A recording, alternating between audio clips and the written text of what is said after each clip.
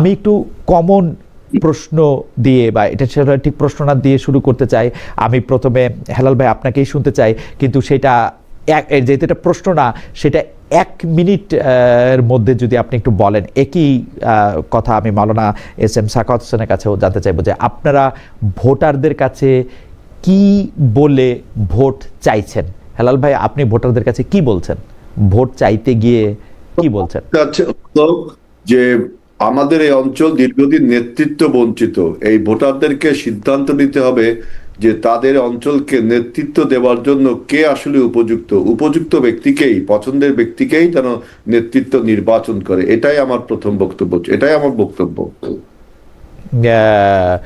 নেতৃত্ব শূন্য এবং তাদেরকে নেতৃত্ব দেওয়ার জন্য যাতে এটা নিযুক্ত করে। আচ্ছা, আমি একটু মাওলানা এস এম সাখাওয়াত হোসেনের কাছে জানতে চাইবো যে মাওলানা এস এম সাখাওয়াত হোসেন, আপনি কি বলে ভোট চাইছেন আপনাদের ভোটারদের কাছে? বিসমিল্লাহির রহমানির রহিম। আমি ওই অবহেলিত রূপসা তারকাদা দিগলিয়া অঞ্চল, এই অঞ্চলের সমস্যাবলী নিয়ে অতীতে কেউ কার্যকর ভূমিকা রাখেনি, মানুষের অধিকার নিশ্চিত করেনি। সেজন্য আমি চাই যে সৎ এবং যোগ্য নেতৃত্বের মাধ্যমে যাতে এই এলাকার বঞ্চিত মানুষের অধিকার নিশ্চিত হয়, এই এলাকার কাঙ্ক্ষিত উন্নয়ন সাধিত হয়। সেই লক্ষ্যেই আমি সকলকে আহ্বান জানাচ্ছি যে সৎ এবং যোগ্য লোককে তারা নির্বাচিত করবে। ওকে, আমার দ্বিতীয় কমন প্রশ্ন, এটা আমি আবারও হেলাল ভাই থেকে শুরু করি। হেলাল ভাই, গণভোটের প্রচারণা করছেন কিনা, হ্যাঁ বা না, কোনটার পক্ষে বলছেন? আমরা জানি যে জনাব তারেক রহমান বলেছেন যে হ্যাঁ ভোটে অংশ নিতে, কিন্তু আমরা আবার জানি যে তৃণমূলে অনেক ক্ষেত্রে বলা হইতেছে যে না ভোট দিতে। আপনার এলাকায় আপনি কোনটা অনুসরণ করছেন? দেখুন, আমি ব্যক্তিগতভাবে হা ভোটের পক্ষে। আমার দলের চেয়ারম্যানও হা ভোটের পক্ষে। এখন আমরা একটা গণতান্ত্রিক দল। হা ভোট না ভোট দেওয়ার জনগণের একটা অধিকার আছে, তিনি নাও দিতে পারেন, হাও দিতে পারেন। তবে আমরা প্রচার করছি যেন হা ভোট দেয়। যেহেতু আমার দল হা ভোটের পক্ষে, আমিও হা ভোটের পক্ষে।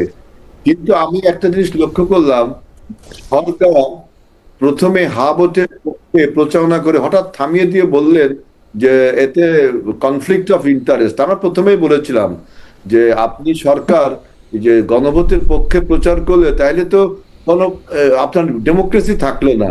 এবং আরেকটা জিনিস আপনি দেখবেন যে আপনি যেহেতু গণভোটের প্রশ্ন করেছেন, আমাদের এই যে নির্বাচনটা, এই নির্বাচনটাকে উৎসব মুখর পরিবেশে করা আমাদের উচিত এবং একটা কম্পিটিটিভ নির্বাচন, অর্থাৎ প্রতিযোগিতামূলক নির্বাচন। যে নির্বাচন শেখ হাসিনা গত 17 বছরে 3বার না 4বার করে গেছে, ওই রকম নির্বাচন যেন বাংলাদেশে আর অনুষ্ঠিত না হয়, যাতে উৎসব মুখর পরিবেশে হয়। নির্বাচন কমিশনের অনেক বিধি নিষেধ, আমরা এই বিষয়গুলি নিয়ে আলোচনা আসবো। হেলাল ভাই, আপনি কি হ্যাঁ ভোট দিতে বলতেছেন লোকজন রে? হ্যাঁ, আমি বলছি তো, আমি তো নিজেই হ্যাঁ ভোটের পক্ষে। আমাকে যদি কেউ জিজ্ঞাসা করে, আমি হ্যাঁ ভোটের কথাই বলি। কিন্তু আপনি প্রচারণা করতেছেন না? প্রচারণা করতেছেন। ওকে, মাওলানা সাখাওয়াত, আপনার কাছ থেকে একটু জানতে চাইবো যে হ্যাঁ ভোট এবং না ভোটের ক্ষেত্রে আপনার কি অবস্থা। আর আমি একটু মাওলানা সাখাওয়াত শুরু করার আগে আমি একটু আমাদের প্রোডিউসার আবির ভাইয়ের কাছে একটু জানতে চাইবো যে আবির ভাই, জনাব ইউনূস কি, তাকে কি আমরা শুনতে পাচ্ছি কিনা? শোনা মাত্রই যেন আমরা তাকে পাই আর কি। জনাব সাখাওয়াত। আমরা শুরু থেকেই হা ভোটের পক্ষেই আমরা কাজ করে আসছি। আমরা চেয়েছি যে যেন আর কোনো ফ্যাসিস্টের জন্ম না হয়, কোনো যে সংস্কারের যে বিষয়গুলো ছিল এই বিষয়গুলিতে বিএনপি অনেক ব্যাপারে নোট অফ ডিসেন্ট দিয়েছে। আমরা এগুলোর ব্যাপারে আমরা আপত্তি জানিয়েছিলাম সংস্কার কমিশনের কাছে। তো আমরা হা ভোটের পক্ষেই গেছিলাম যেন আর কোনো স্বৈরাচারের যাতে জন্ম না হয়, দেশটা যাতে সুন্দরভাবে পরিচালিত হয়, তার জন্য আমরা শুরু থেকেই হা ভোটের পক্ষে ছিলাম, এখন আমরা আছি। মাওলানা এম সাখাওয়াত, এখনকার কমন প্রশ্নটা আপনাকে দিয়ে শুরু করি, তো একই ব্যাপার আর হেলাল ভাইয়ের কাছেও জানতে চাইবো। সেই কমন প্রশ্নটা হচ্ছে যে আওয়ামী লীগের সমর্থকরা রয়েছেন, তাদের ভোটাররা রয়েছেন, আপনারা তাদের ভোটারদেরকে আপনাদের বাক্সে ভোট দেওয়ার আহ্বান জানাচ্ছেন কিনা, জানাবেন কিনা? আওয়ামী লীগের সমর্থকদের প্রতি আপনাদের আচরণ এই ইলেকশনের পরে জয়ী বা বিজয়ী হলে কি হবে? একই প্রশ্ন আপনাকে আগে, মাওলানা সাখাওয়াতকে আগে জেনে নিই। আমরা সে যে কোনো দলের হোক না কেন, আমরা কোনো নিরপরাধ ব্যক্তিদের ব্যাপারে, নিরপরাধ মানুষের উপরে কোনো নির্যাতন নিপীড়ন হোক, তারা জেল জুলুমের অভিযোগ নেই। হ্যাঁ, তারা দেশের স্বার্থে, কারণ দেশের জনগণকে আমরা বিভক্ত করতে চাই না, সকলে মিলেমিশে আমরা দেশকে গড়তে চাই। সেক্ষেত্রে তাদের প্রতিও তারাও আমাদের সাথে মিলেমিশে কাজ করবে, এতে আমাদের কোনো আপত্তি নেই। তো সেটার ব্যাপারে আমরা সকলকে আহ্বান করতেছি, আসেন দেশ গড়ার ক্ষেত্রে। আমি আমার হলফনামাটা দিয়েছি যে দেখেন, এই যে আপনার সাথে এখন টকশো করছি, আপনি তো আমাকে কিছু টাকা দিবেন না? রাইট। আমি গত 2002 সালে আমি প্রথম টকশোয়ে বসি আপনার 2002 সালে, আপনার 2 কি 3 সালে আমি চ্যানেল আয়ে প্রথম। তার থেকে এই পর্যন্ত আপনি দেখেন 5ই আগস্টের পর থেকেই তো আমি এবং আন্তর্জাতিক সেমিনারে আমি যত গেছি, আমি সেদিনও জাপানে কোবে ইউনিভার্সিটি এবং এপি ইউনিভার্সিটিতে লেকচার দিয়ে আসলাম, সেখানেও আমি টাকা পেয়েছি।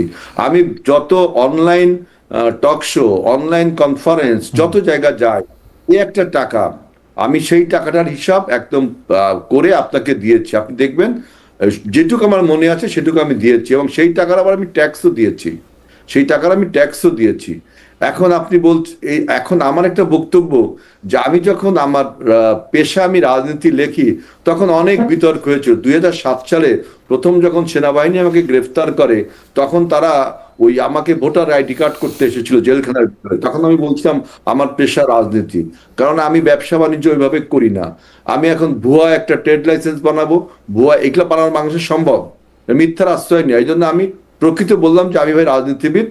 এখন উনি বলছে রাজনীতিবিদ পেশা হতে পারে না, আমি তাকে যুক্তি দিয়ে দেখালাম যে রাজনীতিবিদও একটা পেশা হতে পারে। রাজনীতি কোনো আবেগ বা প্যাশন বা নেশা এসব বিষয় না, জীবিকা। এটা একটা একাডেমিক ডিসকাশন, না হেলাল ভাই, এইটা ঠিকই আছে, রাজনীতি পেশা হইতে পারে তখনই যখন আপনার, মানে পেশা বলতে তো বুঝি যে আপনি এই দলটার জন্য আপনি একটা কাজ করেন, এই দলটা থেকে আপনাকে একটা বেতন দেওয়া হয়, এরকম লক্ষণ কিন্তু আছে। আমাদের দেশের কমিউনিস্ট পার্টিতেও কিন্তু হোল টাইমারদেরকে টাকা দেওয়া হয়। আপনি বলছেন যে আপনি রাজনীতি পেশা থেকে একটা টাকা পান না, তাহলে আপনার পেশা বলা উচিত টকশো করা, তাই না? যেহেতু টকশো থেকে সেমিনার অ্যাটেন্ড করা। এখানে ডিফার করছি। আপনি যদি আবুল মকসুদের বইটা পড়েন, তিনি কিন্তু এটা ব্যাপক লিখছে, এটা একটা বিতর্ক হয়েছে। আবুল মকসুদের একটা লেখা পড়বেন যে ডাক্তার একজন পেশাজীবী, একজন ইঞ্জিনিয়ার পেশাজীবী, শিক্ষক পেশাজীবী, তার থেকে জীবিকা নির্বাহ হয়, কিন্তু রাজনীতিবিদ পেশাজীবী সেখান থেকে জীবিকা নির্বাহ হয় না। তাহলে এখন কোশ্চেন করতে পারেন যে রাজনীতিবিদ কিভাবে টাকাটা পায়। আমি তখন বললাম যে রাজনীতিবিদের যে আপনার ওই যে বাইরের যে কাজগুলো আছে, যে কারণে এক্সট্রা অ্যাক্টিভিটিস যেগুলো আছে, যেমন আমি কোন টক শোতে বলেন, সেমিনারে বলেন, রাউন্ড টেবিলে বলেন, কোথাও লেকচারার ইনভাইটেশন যদি পাই লেকচার হিসেবে, তখন আমি একটা সম্মানই পাই। এছাড়াও আপনার প্রত্যেকের একজন পারিবারিক বন্ধু থাকে, নিজস্ব বন্ধু থাকে, যেগুলো আমরা আসলে আনতে পারি না। ওকে, বুঝতে পারছি।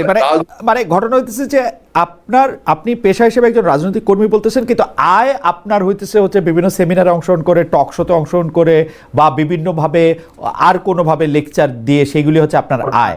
তো সেইটা আমি ঠিক জানি না। তবে হেলাল ভাই, আমার একটা সাজেশন থাকবে হচ্ছে যে হেলাল ভাই, আপনি তো, বা আমার একটা পরামর্শ থাকবে, আপনারা যদি ফুল টাইম রাজনীতিবিদ হন, তাহলে সেইটার কোনো সুযোগ থাকে কিনা যে দল থেকেই কোনো রকম বেতন বা কার্যক্রমের মধ্যে থেকে অংশগ্রহণ করা। আমি জানি না মানে এটা সম্ভব কিনা।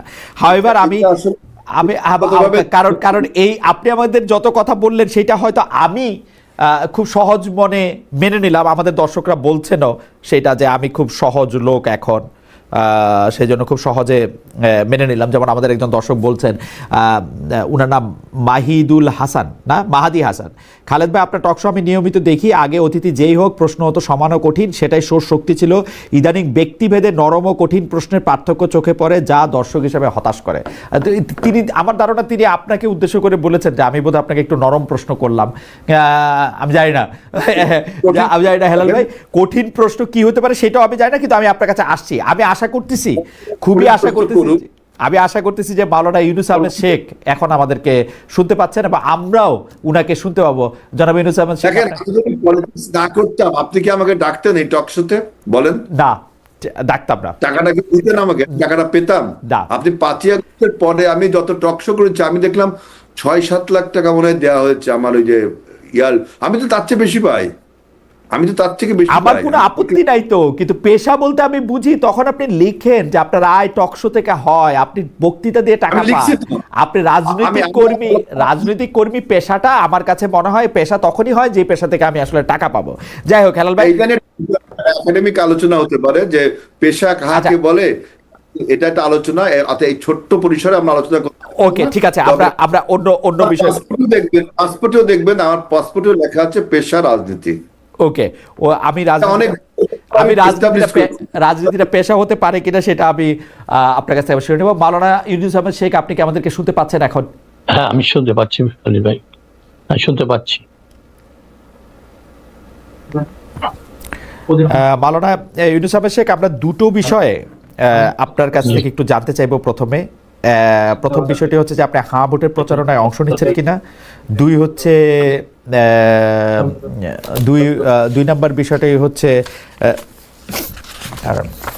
আপনি হাঁ ভোটের প্রচারণায় অংশ নিচ্ছেন কিনা, এবং দুই হচ্ছে আওয়ামী লীগের ভোট আকর্ষণ করার জন্য আপনি আওয়ামী লীগের ভোট আলাদা করে চাইছেন কিনা। ধন্যবাদ। হাঁ ভোটের বিষয়ে আমরা প্রচার করতেছি এবং হাঁ ভোট দেওয়ার জন্য আমরা মানুষদেরকে বলতেছি। আর যেটা জানতে চেয়েছেন আওয়ামী লীগের ভোট, যেহেতু সর্বস্তরের মানুষ আমাকে ভালোবাসে, শ্রদ্ধা করে, সম্মান করে, আমি এখানে কোনো বিভেদ দেখতে চাই না, বিভেদ সৃষ্টি করতেও চাই না। সর্বস্তরের মানুষকে আমরা সম্ভবভাবে দেখেই তাদের থেকে আমরা ভোট আশা করতেছি এবং ভোট চাচ্ছি। সর্বস্তরের মানুষকে আমরা সম্ভবভাবে দেখেই তাদের থেকে আমরা ভোট আশা করতেছি, ভোট চাচ্ছি। মাওলানা ইউনূস শেখ, আমি আরেকটি বিষয়ে আপনাকে একটু প্রশ্ন করতে চাই, যেহেতু আপনাকে পাইলাম, সেটা হচ্ছে নির্বাচনী হলফনামার তথ্য মতে আপনি ব্যবসা করেন। নির্বাচনের খরচ কি আপনি বহন করছেন নাকি দল থেকে কোনো সহায়তা করা হচ্ছে? আমি একটু মাঝখানে বলে রাখি আবির ভাই, আপনি আমাকে ওই যে আমার ইয়ারপিসটা একটু দিয়ে যান তো। আমি একটু মাঝখানে বলে রাখি আবির ভাই, আপনি আমাকে আমার ইয়ারপিসটা একটু দিয়ে যান তো। আমি একটু মাঝখানে বলে রাখি আবির ভাই, আপনি আমার ইয়ারপিসটা একটু দিয়ে যান তো।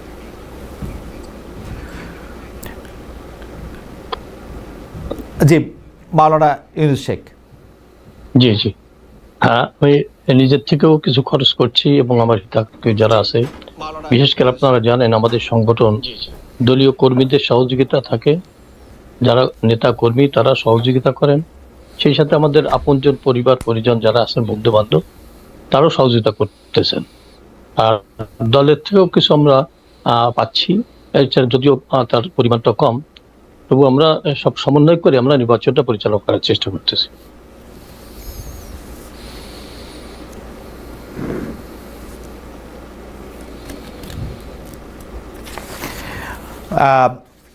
আপনাকে ধন্যবাদ জনাব ইউনূস আহমেদ শেখ। আপনাকে আমরা এই পর্যায়ে আমরা একটু মাওলানা এস এম সাখাওয়াতকে একটু শুনতে চাই যে জনাব এস এম সাখাওয়াত হোসেন, আপনারা বলছেন 10 বা 11 দলীয় জোটের সব দলই বলছে আসলে আপনাদের জোট আদর্শগত নয়, এটা শুধু নির্বাচনী সমঝোতা।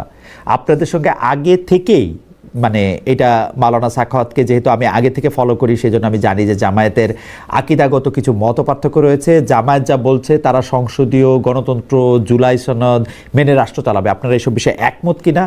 খেলাফত ছাড়া অন্য কোনো ব্যবস্থার প্রতি আপনি বা আপনার দল আস্থা রাখে কিনা? বা আমরা একটু মাওলানা সাখাওয়াতকে শুনতে চাই। বিষয়টা হলো, আমরা খেলাফত রাষ্ট্র ব্যবস্থা প্রতিষ্ঠার জন্যই আমরা কাজ করে আসছি, কিন্তু আমরা অতীতে 4 দলীয় জোট গঠন করেছিলাম, তখনও জামাত ইসলামও আমাদের সঙ্গে ছিল, ইসলামী ঐক্য জোট ছিল, তো মোট 4টি দল ছিল। তো জামাত ইসলামের সাথে রাজনৈতিক ঐক্য হয়েছিল। তো এখনো আমরা যেটা করছি যে এটা রাজনৈতিক ঐক্য, এটা আদর্শিক ঐক্য না। যেহেতু মানে স্বাধীনতার পরবর্তী 54 বছরে দেশের উন্নয়নে এবং যখন যে দল ক্ষমতায় আসছে পালাক্রমে, কেউ এদেশের কাঙ্ক্ষিত উন্নয়ন, মানুষের অধিকার নিশ্চিতকরণ, চাঁদাবাজি এবং দুর্নীতিমুক্ত দেশ গড়া, এ ব্যাপারে তারা কার্যকর ভূমিকা রাখেনি। তাই আজকে যারা স্বাধীনতার সার্বভৌমত্বকে লালন করে, জুলাই আন্দোলনকে লালন করে, যারা দেশপ্রেমিক, এই সমস্ত লোকের সমন্বয়ে এবং কয়েকটি ইসলামিক দলের সমন্বয়ে 11 দলীয় জোট গঠন হয়েছে। এটা রাজনৈতিক ঐক্য, এটা আদর্শিক বা ইসলামিক ঐক্য না, এটা রাজনৈতিক না। ঐক্য। কিন্তু মাওলানা সাখাওয়াত, আমি আপনার একটা জনসভার বক্তব্যের ভিডিও দেখতেছিলাম, সেখানের মধ্যে আপনি বলতেছিলেন যে আপনাদের জোট বিজয়ী হলে ইসলামী সরকার গঠন করবেন। এই ইসলামী সরকার বলতে আপনি কি বুঝতে চাইছেন? মানে এই ইসলামী সরকারটা কি জামায়াতে ইসলামীর ইসলামী সরকারের মতো একই রকম, নাকি এইটার মধ্যে কোনো পার্থক্য আছে? যেমন আমি আপনাকে একদম ধরাই দেই যে গত কয়েক মাস ধরে হেফাজতে ইসলামের আমির এমন বক্তব্য দিচ্ছেন যে জামায়াত ক্ষমতায় গেলে আকিদার অনুসারীদের বিপদ হতে পারে। জামায়াত আবার নির্বাচনী ইশতেহারে জানিয়েছে তারা ক্ষমতায় গেলে নারীদের মন্ত্রী করবে, নারীদের চাকরি বাকরি পরিবেশ নিরাপদ করতে আরও নজর রাখবে। এসব বিষয়ে আপনারা একমত কিনা? মানে আপনারা একই জায়গায় আছেন কিনা? আপনাদের ইসলামী সরকার আর জামাতের ইসলামী সরকার একই কিনা? আসলে ইসলামী সরকার, আমরা মদিনার ইসলাম, রাসূল সাল্লাল্লাহু আলাইহি ওয়াসাল্লাম খোলাফায়ে রাশিদিন যে ইসলাম প্রতিষ্ঠা করে গেছেন, আমরা সেটাই প্রতিষ্ঠা করতে চাই, কিন্তু সেটা ধাপে ধাপে, একেবারে নয়, পর্যায়ক্রমে। আজকে আমরা যেটা করেছি, আজকে অতীতে যে সমস্ত দল ক্ষমতায় গেছে তারা যেহেতু দেশের কাঙ্ক্ষিত উন্নয়ন তথা মানুষের প্রত্যাশা পূরণে ব্যর্থ হয়েছে, এজন্য যারা আজকে সমমনা ইসলামী দল এবং মানে দেশপ্রেমিক দলগুলো নিয়ে আমরা ঐক্যবদ্ধ হয়েছি, এটা রাজনৈতিক ঐক্য। এখানে একদিনে ইসলামী রাষ্ট্র প্রতিষ্ঠা হবে এমনটি না, বরং এটা আমরা পর্যায়ক্রমে এটাকে আমরা প্রতিষ্ঠা করব, এটাই আমাদের মানে অঙ্গীকার। মাওলানা সাখাওয়াত, আমি একটু মাওলানা ইউনুস আহমেদ শেখও যদি আছেন সেখানে, সেই জন্য আমি একটু জানতে চাইবো যে মদিনায় হযরত মুহাম্মদ সাল্লাল্লাহু আলাইহি ওয়াসাল্লাম যে ইসলামী সরকার প্রতিষ্ঠা করেছেন বলছেন, বা ইসলামী রাষ্ট্র ব্যবস্থা, সেই রাষ্ট্র ব্যবস্থার তো কীরকম সেই রাষ্ট্র ব্যবস্থা ছিল, সেইটার অনুবাদ বা অনুসার আমরা এক এক জায়গায় এক এক রকম দেখতে পাই। মানে এটার ব্যাখ্যা বা এটা যেহেতু আমরা চোখে দেখি নাই, আমরা এক এক কিতাবে এক এক স্কুলে এক এক রকম বই পড়তে পারি। আপনাদেরটা কীরকম, সেইটার জনাব ইউনুস আহমেদ সাহেবও এটাকে সমর্থন করেন কিনা সেইটা আমরা একটু খেয়াল করব। আপনি কি একটু বলবেন যে সেই রাষ্ট্রটা আসলে কেমন? সেই রাষ্ট্রের ক্ষেত্রে কয়েকটা জায়গায় যে ধরেন সেখানে নারীদের মন্ত্রী করা সম্ভব কিনা, নারীদের চাকরি বাকরি পরিবেশ নিরাপদ করা সম্ভব কিনা, একই রকম শিক্ষা ব্যবস্থা থাকা সম্ভব কিনা, আমরা এই পাশ্চাত্যের শিক্ষা ব্যবস্থা অনুসরণ করব নাকি আলাদা করে আমাদের শিক্ষার কার্যক্রম করব, আমাদের স্বাস্থ্য ব্যবস্থা কীরকম হবে, সেই সব ক্ষেত্রে অর্থনৈতিক ব্যবস্থা কীরকম হবে, সেই সব ক্ষেত্রে আপনাদের ধারণাটা শুনে আমরা একটু জনাব ইউনুস আহমেদ শেখের ধারণাটাও একটু শুনতে চাই। যেহেতু আল কোরআনে আল্লাহ পাক বলেছেন বিসমিল্লাহির রহমানির রহিম, মাওলানা সাখাওয়াত যদি আগে বলতেন, জনাব ইউনুস শেখ কি আগে বলতে চান? ঠিক আছে, জনাব ইউনুস শেখ বলেন। আল্লাহ তাআলা কোরআনে পাকে বলেছেন, ফাস্তাকিম কামা উমিরতা ওয়া মান তাবা মাআকা ওয়ালা তাতগাউ ইন্নাহু বিমা তা'মালুনা বাসীর। আল্লাহ তাআলা রাসূলুল্লাহ সাল্লাল্লাহু আলাইহি ওয়াসাল্লামকে উদ্দেশ্য করে বলেন যে আপনি যেভাবে আদিষ্ট হয়েছেন সেভাবেই দৃঢ়পদ থাকবেন, ইস্তেকামতের সাথে থাকবেন, একটুও কম বেশি করা যাবে না, সালাসালি বাড়াবাড়ি করা যাবে না। তা আমরা চাই যে ইসলাম আমরা যেভাবে পেয়েছি সেভাবেই দেখতে চাই, সেভাবেই আমরা প্রতিষ্ঠা করতে চাই। এখানে কোনো কাটছাঁট করা বা যুগের সঙ্গে তাল মিলিয়ে আমরা ইসলামকে ভিন্নভাবে সাজাতে চাই না। আমরা যেমনটা পেয়েছি তেমনটাই বাস্তবায়ন করতে চাই, এই হচ্ছে আমাদের উদ্দেশ্য। আর নারীদের বিষয় যেটা বলছিলেন, হ্যাঁ, এক শ্রেণীর মানুষ নারীদের সেটা আপনি বিষয়ে কোন তারা পরিপ্রেক্ষিতে সংসার বললেন সমাজে সেটাও যদি আমাদের একটু প্রচার বলেন। করে। হ্যাঁ, নারীদের বিষয়ে বলা হয় থাকে যে ইসলাম প্রতিষ্ঠা হলে নারীরা বঞ্চিত হবে, অধিকার বঞ্চিত হবে। তা আমরা মনে করি ইসলাম প্রতিষ্ঠা হলে নারীদের অধিকার বেশি পাবে তারা। যদি নারীরা দুর্বল, দুর্বলের অধিকার বেশি, সবলের দায়িত্ব বেশি। পুরুষ হলো সবল, তাদের দায়িত্ব বেশি। ইসলাম প্রতিষ্ঠা হলে নারীদের অধিকার আর বেশি পাবে তারা। তবে আমাদের এতটুকু কথা, নারীরা ব্যবসা করতে পারবে, শিক্ষা দিতে পারবে, শিক্ষা নিতে পারবে, সবকিছু করতে পারবে, উপার্জন করতে পারবে। তো আমাদের এতটুকু কথা, শালীনতা বজায় রেখে ইসলামের যে সীমাবদ্ধতা আছে, শরিয়াতে যে নিয়ম কানুন আছে, এটা মেনে শালীনতা বজায় রেখে সবকিছু তারা করতে পারবে। অশালীন কোনো পোশাক, অশালীন কোনো আচরণ তাদের থেকে প্রকাশ পাবে না। এভাবে আমরা নারীদের অধিকার দিতে চাই, আবরু ইজ্জত সম্মান নিয়ে তারা বসবাস করবে।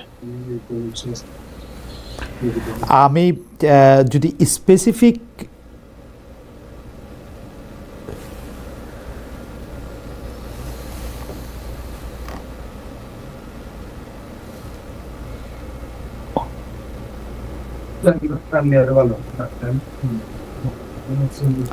স্পেসিফিক জানতে চাই যে জামাতে ইসলামীর আমির যেরকম বলছেন যে নারীদের পক্ষে জামায়াতের আমির হওয়া সম্ভব না বা দেশের নেতৃত্বে যাওয়া সম্ভব না, জামায়াতে ইসলামী সেই ব্যাপারটাই তো আপনারা সমর্থন করেন, তাই তো? মানে না, আমরা বলতে চাই নারীরা পরামর্শ দিতে পারবে, যে কোনো জায়গায় দায়িত্ব পেলে, প্রাপ্তা হলে তারা পরামর্শ দিতে পারে। নারীদের বিষয় যেটা বলা হয়, কওমের নেতৃত্ব তারা দিতে পারবে না। আর রিজালু কওমুন আলা নিসা, কওমের নেতৃত্বের ব্যাপারে নিষেধাজ্ঞা আসছে। অন্যান্য সর্ববিষয়ে তারা মাশওয়ারা দিতে পারবে, পরামর্শ দিতে পারবে। ইসলামের ইতিহাসে অনেক জায়গায় এটা পাওয়া যায়। কাজেই তাদের পরামর্শ নেওয়ার জন্য যেখানে যতটুকু প্রয়োজন সেটা নেওয়া যাবে। শুধু জাতীয় নেতৃত্বে অর্থাৎ কওমের নেতৃত্ব দেওয়ার ব্যাপারে নিষেধাজ্ঞা আসছে। আমরা এইভাবেই আমরা বিষয়টাকে দেখি।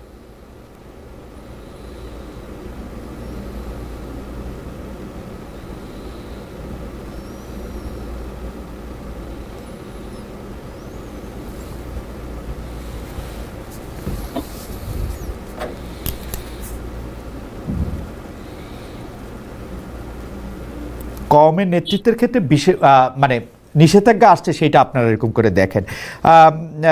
জাস্ট একটু জানার জন্য মাওলানা ইউনূস আহমেদ শেখ, তাহলে একটা ব্যাখ্যায় যে আমরা দেখছি যে মাওলানা আশরাফ আলী থানভী এরকম বলছেন, যেহেতু সূরা আন নামলে বিলকিস রানী বিলকিসের কথা বলা হয়েছে এবং রানী বিলকিসকে আসলে নেতৃত্বের ব্যাপারে কোনো করা হয় নাই, সেইটা কি মানে তাহলে ভুল, মানে উনার ব্যাখ্যাটা তাহলে ঠিক না? বিষয়টা হলো, আপনারা জানেন বারবার করে কিতাব নাজিল হয়েছে।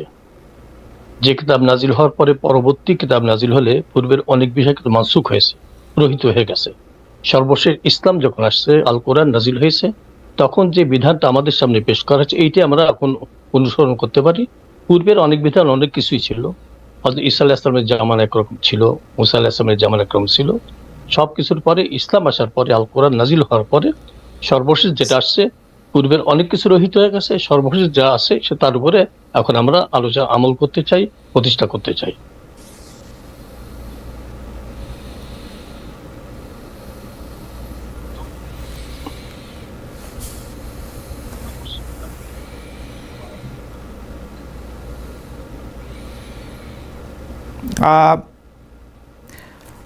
আমি আমি মাওলানা ইউনূস শেখ, আমি শুধু জানতে চাইছিলাম যে আমি কিন্তু এখন মাওলানা আশরাফ আলী থানভী পড়তেছি, উনি বলতেছেন যে বর্ণনা থেকে সুস্পষ্টভাবে প্রমাণিত হচ্ছে যে গণতান্ত্রিক রাষ্ট্র ব্যবস্থায় মহিলার নেতৃত্ব চলতে পারে।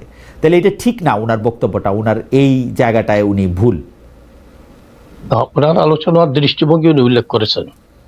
আমাদের মৌলিক কথা হলো ইসলাম সর্বশেষ যেটা বিধান দিয়েছে আল কোরআন, সেটি আমরা অনুসরণ করব। তো ব্যাখ্যা বিশ্লেষণে অনেক মতপার্থক্য থাকতেই পারে, তোমার সমালোচনা করব না।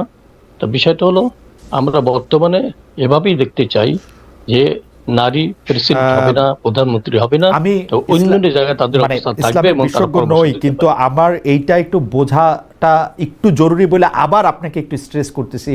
তাইলে যে সূরাটার মধ্যে যে রানী বিলকিসের কথা আছে 27 নম্বর সূরাতে আন্নামালের মধ্যে, ওইটার ক্ষেত্রে আমরা কি করব? মানে ওইটা আমরা আমলে নিব না? কোরআনে সূরা আছে 27 নম্বর সূরা। না না, এটা আল কোরআন নাজিল হওয়ার অনেক আগের ঘটনা। সেটা আমি আবার বলছি, যে পূর্বের অনেক বিধান রহিত হয়ে গেছে আল কোরআন নাজিলের। তো রানী বিলকিসের ঘটনা ছিল অনেক আগের ঘটনা, সুলাইমান আসসালামের সময় ঘটনা। তো ওইটা এখন আমরা রহিত আকারে ধরে নিতে পারি আল কোরআন নাজিল হওয়ার পর।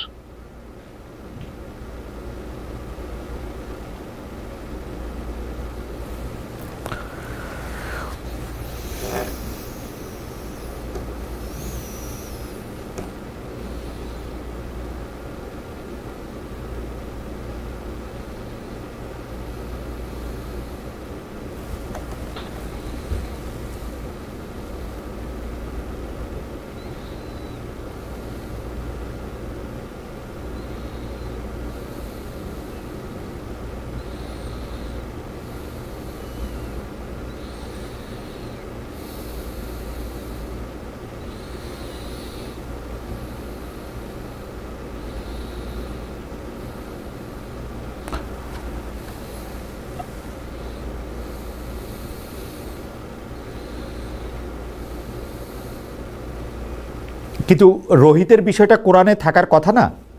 যদি রোহিত হইতো, আপনি কি কোরআনের এরকম কোনো আয়াত আমাদেরকে বলবেন যেখানে বলা হয়েছে যে নারী নেতৃত্ব নিষিদ্ধ? হাদিস শরীফ আছে, বুখারী শরীফের হাদিসে, যে কওমের নেতৃত্ব দিবে কোনো নারী, সেই কওমের ভালাই হবে না। এর আলোকেই উলামায়ে কেরাম বলেন যে নারী নেতৃত্ব হারাম। তবে নারী অন্যান্য জায়গায় তারা অবস্থান নিতে পারবে, দায়িত্ব নিতে পারবে, সেখান থেকে তারা পরামর্শ দিতে পারবে, এই সুযোগ তাদের আছে। কিন্তু কওমের নেতৃত্ব দানের ব্যাপারে এখানে নিষেধ আছে। আর কোরআন পাকে আয়াতে এতটুকু বলে, আর রিজাল কাওয়ামুনা আলা নিসা, অর্থাৎ নারীদের উপর প্রাধান্য পাবে পুরুষের কর্তৃত্ব, এটা কোরআনে পাকে পাওয়া যায়।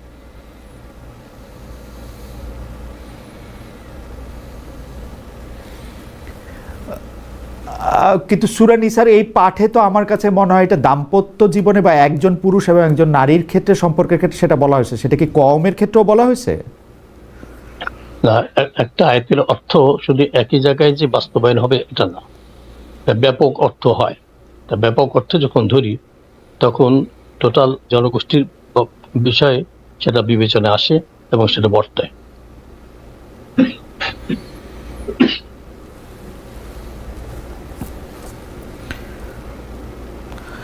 ওকে, ঠিক আছে। মাওলানা ইউনূস আহমেদ শেখের কথা আমাদের কাছে পরিষ্কার। আমরা একটু মাওলানা সাখাওয়াতের কাছে যেতে চাই। জনাব আজল বারী হেলালের কাছে আসার আগে, জনাব আজল বারী হেলাল, আমরা জনাব এম সাখাওয়াত, আপনিও কি এই বক্তব্যের সাথে একমত কিনা? আপনি জনাব ইউনূস আহমেদ শেখের কাছে যখন তিনি কওমের নেতৃত্বের ব্যাপারে কথা বলছিলেন, তখন আমি আবার এই কোটটি পড়তে চাই। সেই কোটটি হচ্ছে ভারতবর্ষের বিখ্যাত আলেম মাওলানা আশরাফ আলী থানভীর, সকল বিবেচনা করেই, কারণ হচ্ছে যে তিনি যখন এটি লিখছেন তখন এই 100 বছরের মধ্যে এটি বলা, যে আমি তাকে কোট করছি, কোরআনে আছে বিলকিস তার সভাসদগণকে বলেন, আপনাদের উপস্থিতি ব্যতীত আমি কোনো বিশেষ সিদ্ধান্ত গ্রহণ করি না। এই উক্তি থেকে প্রমাণিত হচ্ছে সেই রাষ্ট্রের রাষ্ট্রীয় পদ্ধতি শাসনতন্ত্র অনুসারেই হোক বা বিলকিসের স্বাভাবিক অনুসৃত নীতি অনুসারেই হোক গণতান্ত্রিক পদ্ধতির অনুরূপী ছিল। বিলকিসের মুসলমান হবার পর তার রাষ্ট্রাধিকার কেড়ে নেবার কোনো প্রমাণ নেই, বরং তার রাজ্য যে আগের মতোই বহাল ছিল, ইতিহাসে তার যথেষ্ট প্রমাণ আছে। বিলকিসের রাজত্বে ও রাজ্য শাসন পদ্ধতির প্রতি কোরআনে কোনরূপ অবজ্ঞা বা অসমর্থন জ্ঞাপন করা হয়নি। সুতরাং বর্ণনা থেকে সুস্পষ্টভাবে প্রমাণিত হচ্ছে যে গণতান্ত্রিক রাষ্ট্র ব্যবস্থায় মহিলার নেতৃত্ব চলতে পারে। দৈনিক আজাদ 22 অক্টোবর 1964, তিনি এই বক্তব্য, তাকে কোট করা হচ্ছে তখন যখন রাষ্ট্রপ্রধানের পদে মহিলা নির্বাচন জায়েজ 10 জন আলিম এই বক্তৃতা দিচ্ছেন। আমি মাওলানা সাখাওয়াতের কাছে প্রশ্নটি আরেকটু ইলাবোরেট করতে চাই, যে ক্ষেত্রে কোরআনের, আমি জানি না সূরা নিসার যে জায়গা বলা হচ্ছে যে নারী নেতৃত্ব করা যাবে না, সেই জায়গা অনুসারে গণতন্ত্রকে কিভাবে আপনারা সাপোর্ট করেন? 1, 2, জামায়াতে ইসলামী যখন একজন নারী প্রধানমন্ত্রীর ক্যাবিনেটে বা জোটে যোগ করছিল তখন এটা অন্যায় হয়েছিল কিনা? যারা মাওলানা সাখাওয়াত, সাখাওয়াত হোসেন। বিষয় হলো, গণতান্ত্রিক রাষ্ট্র আমাদের বাংলাদেশ। আসলে গণতন্ত্রকে যে মানে যেভাবে আমাদের দেশে প্রচলিত, এটা আসলে ইসলাম সমর্থিত না। কিন্তু আমরা এর ভিতরে থেকেই আমরা জনগণকে আমরা পুরোপুরিভাবে ইসলামিক নীতির দিকে আমরা তাদেরকে আকৃষ্ট করে ইসলামী নীতিতে উদ্বুদ্ধ করে আমরা প্রকৃত ইসলামাইজ করতে চাই। তো তার জন্য আমাকে যদি নির্বাচন বর্জন করতে হয়, তাহলে আমি জনগণের কাছে দ্বার প্রান্তে আমি পৌঁছতে পারবো না। এজন্য আমরা এই প্রক্রিয়ার মধ্যে আমরা অংশগ্রহণ করে আমরা জনগণকে উদ্বুদ্ধ করে আমরা ইসলামকে পরিপূর্ণ সঠিক ইসলামকে তাদের কাছে পৌঁছে দিয়ে তাদেরকে সমর্থক বানিয়ে একটি পর্যায়ে যে খাঁটি ইসলাম রাসূল সাল্লাল্লাহু আলাইহি ওয়াসাল্লাম এবং খুলাফায়ে রাশিদিন যেভাবে ইসলামকে প্রতিষ্ঠা করেছিলেন এবং শাসন ব্যবস্থা কায়েম করেছিলেন, সেদিকেই সবাইকে আমরা উদ্বুদ্ধ করে আনতে চাই।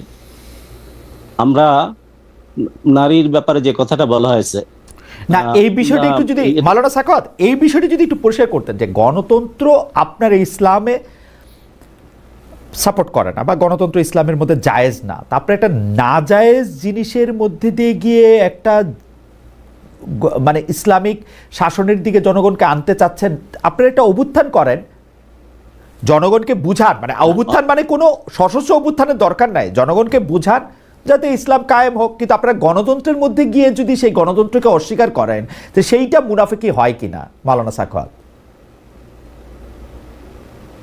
বিষয়টা হলো যে অভ্যুত্থান, এটা তো এটা করতে গেলেও একটা জনসমর্থনের দরকার। আর সে জনগণ আজকে উদ্বুদ্ধ যে এই নির্বাচনের মাধ্যমে জনগণ একটা জায়গায় আসে। আমরা জনগণকে সেইভাবে এক জায়গায় নিয়ে এসে আমরা জনগণকে উদ্বুদ্ধ করে আমাদের সাথে সংশ্লিষ্ট করে আমরা পরবর্তীতে ওই যে কথা বলছেন একটা অভ্যুত্থান, সেদিকে আমরা। কিন্তু একটু আগে মাওলানা সাখাওয়াত একটু আগে আপনি বলতেছিলেন যে আপনি জুলাই সনদ বা জুলাই চার্টারকে আপনি হ্যাঁ বলতে বলবেন, যে গণভোটের যে হ্যাঁটা, সেই গণভোটের হ্যাঁটা বললে এটা তো আরো বেশি গণতন্ত্রের কাছে যাওয়া, আরো বেশি মানে যেটাকে আপনারা মানে অ ইসলামিক শাসন ব্যবস্থা বলতেছেন, রাষ্ট্র ব্যবস্থা বলতেছেন, সেটার দিকে যাবে। তো আপনারা দুইটা এরকম একটা দ্বিচারী অবস্থান আপনারা কেন নিবেন? আপনারা কি জনগণকে বলতেছেন যে গণতান্ত্রিকভাবে আপনারা আমাদের ভোট দেন, তারপর আমরা গণতন্ত্রই পাল্টাই দিব, আমরা একটা খেলাফতের মধ্যে চলে যাব, এটাকে আপনারা জনগণকে বলতেছেন? আমরা বিষয় হলো আমরা দীর্ঘ 16-17 বছর পর্যন্ত যে দুঃশাসন আমাদের উপরে চাপিয়ে দেওয়া হয়েছিল, আমরা বিএনপি সহ আমরা বিরোধী দল সমূহ আমরা আন্দোলন সংগ্রাম করেছি, কিন্তু সে আন্দোলন সংগ্রামের মাধ্যমে তাদের পতন হয়নি। তো একটা কথা আছে, যদি আল্লাহ ছাড় দেন কিন্তু ছেড়ে দেন না। তো এই অবস্থাটাই তাদের উপরে বর্তাইছে যে কিছু ভার্সিটি, কলেজ, মাদ্রাসার ছাত্র জনতা ঐক্যবদ্ধভাবে কিছুদিন আন্দোলন করছে। তো তাদের যেহেতু ওই শের যে পুড়ে গেছে, তাদের পাপের মানে পরিপূর্ণ হয়েছে, এই জন্য আল্লাহ তাআলা তাদের পতন ঘটিয়েছে, ফ্যাসিস্টের পতন হয়েছে। এখন একটা সময় আসছে যে আমরা ঐক্যবদ্ধভাবে দেশকে গড়ার এবং দেশের পরিবর্তন আনার জন্য এবং কাঙ্ক্ষিত মানে যে স্বাধীনতা পরবর্তীত মানুষের যে প্রত্যাশা ছিল, সেই প্রত্যাশা পূরণের জন্য আমরা রাজনৈতিকভাবে একটা ঐক্য গড়ে উঠেছি।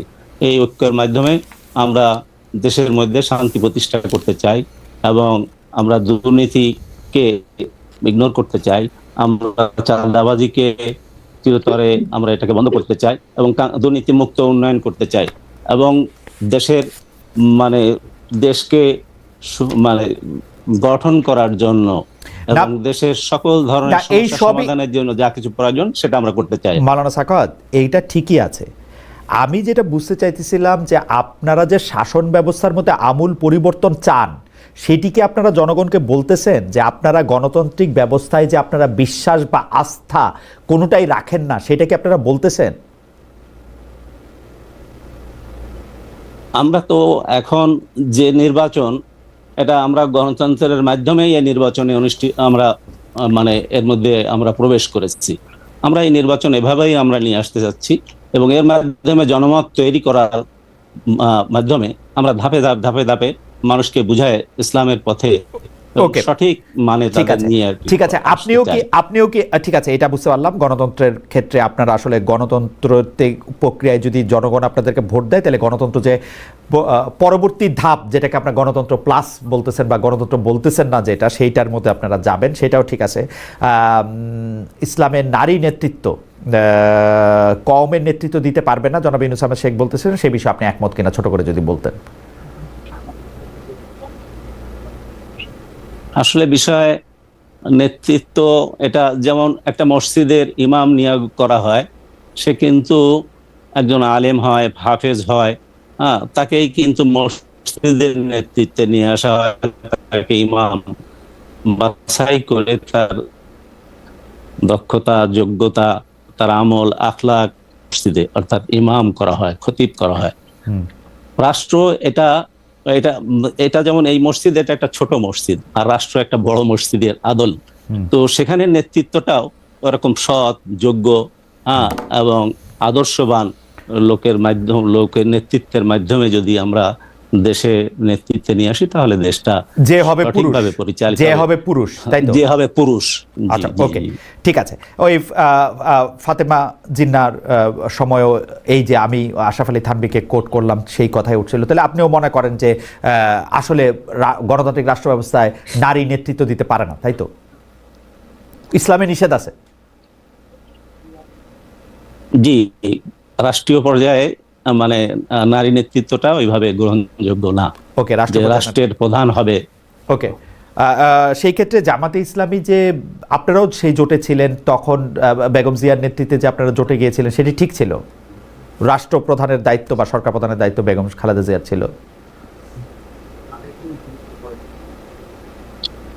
সেটা তখন যে পরিস্থিতি ছিল দেশের, তখন যে অবস্থা ছিল, তখন মানে শেখ হাসিনা ক্ষমতায় ছিলেন, যার এগেনস্টে আমাদেরকে জাতিকে ঐক্যবদ্ধ করার জন্য আমাদের দলগুলি ঐক্যবদ্ধ হয়েছিল, তার মানে তাদেরকে ক্ষমতাচ্যুত করার জন্য।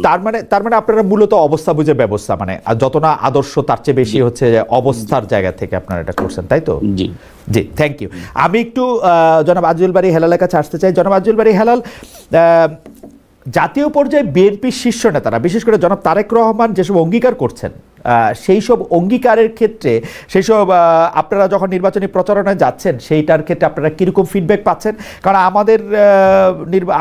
আমাদের প্রধান সমস্যা বেকারত্ব, বিশেষ করে আপনার নির্বাচন এলাকার প্রধান সমস্যা বেকারত্বের অভিশাপ দূর করতে আপনার এলাকায় আসলে মাদকের দিকে প্রচণ্ডভাবে ঝুঁকে পড়েছে। আপনার এলাকায় প্রচুর পরিমাণে চাঁদাবাজি, বেআইনি অর্থ এবং যেটি বলা হয় যে, হেলাল ভাই আপনি নিজেও জানেন, আপনিও আপনার স্থানীয় নেতাকর্মীদের এই ভোট হওয়ার আগেও অনেকবার সাবধান বাণী শুনিয়েছেন যে চাঁদাবাজির ক্ষেত্রেও, সেই ক্ষেত্রে মানে এইটার কোনো পরিবর্তন বা আশার বাণী আপনারা আসলে কোনো শোনাতে পারছেন কিনা? দেখুন, ফ্যামিলি কার্ডের কথা বলছেন, সেই ফ্যামিলি কার্ডটা আমি দেখি যে আপনি সরকারের টাকা, আপনি ফ্যামিলি কার্ড 4 কোটি পরিবারকে আপনি দিয়ে দিবেন। আমি জানি না, মানে এইটা আপনি যদি একটু বলতেন যে আপনার। আমাকে একটু প্রথমে আমি ফ্যামিলি কার্ড দিয়ে শুরু করি, চাঁদাবাজিটা একটু পরে বলি, ফ্যামিলি কার্ড দিয়ে বলি। দেখেন, আমরা বললাম যে প্রথম দফায় আমরা 50 লক্ষ পরিবারকে ফ্যামিলি কার্ড দিব। জামাতে ইসলামী বাংলাদেশ ইসলাম যাদের নামের আগেই রয়েছে সেই দল বলে আমরা নাকি 4 কোটি পরিবারকে দিব। আপনি আপনি আমাদের নেতা তারেক রহমানের কোনো বক্তব্যে দেখাতে পারবেন, আমাদের আমাদের ইশতেহারে দেখাতে পারবেন? আমরা বলছি 50 লক্ষ পরিবারকে প্রথম দফায় দিব, তাই না? এখন আপনি আমি বলছেন কিন্তু টাকা- আমি কিন্তু জনাব তারেক রহমান সাহেবের একটা পডকাস্ট, এক মিনিট হেলাল ভাই, আমি কিন্তু জনাব তারেক রহমান সাহেবের একটা পডকাস্ট শুনছি, সেখানের মধ্যে উনি এইরকম সংখ্যা উল্লেখ করেন নাই। 50 লক্ষ পরিবার। আপনি আমাদের ইশতেহারটা, আমাদের 8 দফা যে পলিসি, ইকোনমিক পলিসি, ওইখানে আমাদের বক্তৃতাগুলো দেখবেন। আমি হঠাৎ করে দেখলাম জামাত বলছে 2 কোটি 4 কোটি। আমি পেলো কই ওটা কথা? আপনি 50 লক্ষ কিভাবে পাবেন সেটা একটু আমাকে বলেন তো। এইটা 50 লক্ষ পরিবারকে আমরা দিব কিভাবে? বাংলাদেশে। ওই 50 লক্ষ কারা? হ্যাঁ, আপনাকে বলি 5,500 ইউনিয়ন আছে, প্রত্যেকটা ইউনিয়ন হয়তো 1000 হচ্ছে কিছু কম কার্ড পাবে, 973-74টা কার্ড পাবে, হিসাব করে দেখি। এখন আপনি বলছেন যে এই টাকাটা আসবে কোত্থেকে? এটা আপনার একটা প্রশ্ন মনে ছিল, তাই না? জি, আর টাকাটা কোত্থেকে আসবে সেটা আমার একটা প্রশ্ন। আগে আপনি আগে এই প্রশ্নের জবাব দেন, আপনি 50 লক্ষ লোক কিভাবে বাছাই করবেন? আমরা একটা প্রক্রিয়া করেছি যে ওই স্ব উপজেলার যে ইউনিয়ন, আপনার যে টিওনো থানা নির্বাহী অফিসার আছে, একজন এগ্রিকালচার অফিসার আছে, একজন চেয়ারম্যান বা জনপ্রতিনিধি আছে, তারাই নির্ধারণ করবে যে কে আসলে পাওয়ার যোগ্য। সর্বোপরি আমি মনে করি বিএনপির যে রাজনৈতিক নেতৃত্ব, তারা ন্যায্যতা প্রতিষ্ঠার জন্য এটা অঙ্গীকার করবে। সুতরাং বাছাই, এর আগে আমরা কিন্তু বিধবা ভাতা কার্ড আমরা প্রদান করেছিলাম, সেটা এখনো বহাল তবিয়তে চালু আছে এবং সমাজের আপনার ইকোনমিক্সটা ভাইব্রেন্ট হচ্ছে। এর আগে বয়স্ক ভাতা আমরাই চালু করেছিলাম, সেটা এখনো আছে এবং ইকোনমিককে ভাইব্রেন্ট করছে। এর আগে আমরা মেয়েদের উপবৃত্তি আমরাই করেছিলাম, এটা এখনো আছে। আমরা শিক্ষার বিনিময়ে খাদ্য কর্মসূচি চালু করেছিলাম প্রাইমারি স্কুলে, সেটা এখনো আছে, ভাইব্রেন্টও আছে। এখন নতুন করে আসছে ফ্যামিলি কার্ড এবং কৃষক কার্ড। এই যে কৃষি পরিবারকে ফ্যামিলি ইনসেন্টিভ গুলো দেয়া হবে, এখন এই ইনসেন্টিভ গুলো দেওয়া হবে। এখন আপনি যদি বলেন বাছাই প্রক্রিয়া, তো আপনাকে বললাম আগে যে সমস্ত কার্ড দেওয়া হতো গত 17 বছরে, এইগুলো নিয়ে অনেক কারসাজি হয়েছে। এবার ইনশাল্লাহ ন্যায্যতা প্রতিষ্ঠা করব এবং এই ন্যায্যতা প্রতিষ্ঠার জন্য আমাদের নেতা আগে বেছে বেছে আওয়ামী গরিবদের দেওয়া হয়েছে, এখন বেছে বেছে বিএনপি গরিবদের দেওয়া হবে, তাই তো? আপনারা শেষ করে দিলেন না। এবার আমাদের নেতা তারেক রহমান কিন্তু বক্তৃতায় বলেছেন যে এবার রাষ্ট্র এবং সমাজ প্রতিষ্ঠায় আমরা ন্যায্যতা প্রতিষ্ঠা করব। উদাহরণ হিসেবে বলেছেন ইসলামের নবী রাসূলুল্লাহ সাল্লাল্লাহু আলাইহি ইসলাম যে ন্যায়প্রণতা দেখাচ্ছেন, আমরা সেই ন্যায়প্রণতা সৃষ্টি করবো। কিন্তু আমরা বলেছি শুধু আগের এই সমস্ত কথা, আগের যে যারা যা করেছে, আমরা সূচনা করেছি যে আমরা এই ইনসেন্টিভগুলো দেওয়ার জন্য। এখন এই ইনসেন্টিভগুলো দেওয়ার ব্যাপারে অনিয়মগুলো হয়েছে, আমরা সেজন্য বলছি এবার ন্যায়প্রণতা সৃষ্টি হবে। এখন আপনি বলেন যে ফ্যামিলি কার্ডের টাকাটা কোত্থেকে আসবে, আপনি আপনার কি প্রশ্নটা ছিল মনে হয়? তা আমরা বলেছি তো যে আমরা যে বিধবা ভাতা, আমরা যে আপনার ওই যে বয়স্ক ভাতা, এই যে রাষ্ট্রীয় আপনার কোষাগার, বিশেষ করে উন্নয়ন বাজেট, আমাদের যে দরিদ্র বিমোচনের যে বাজেট আছে, সেই বাজেট থেকে ওই সময় কিন্তু প্রশ্ন তোলা হয়েছিল বিধবা ভাতার টাকা কোত্থেকে আসবে, কিন্তু টাকা তো আসছে, তাই না?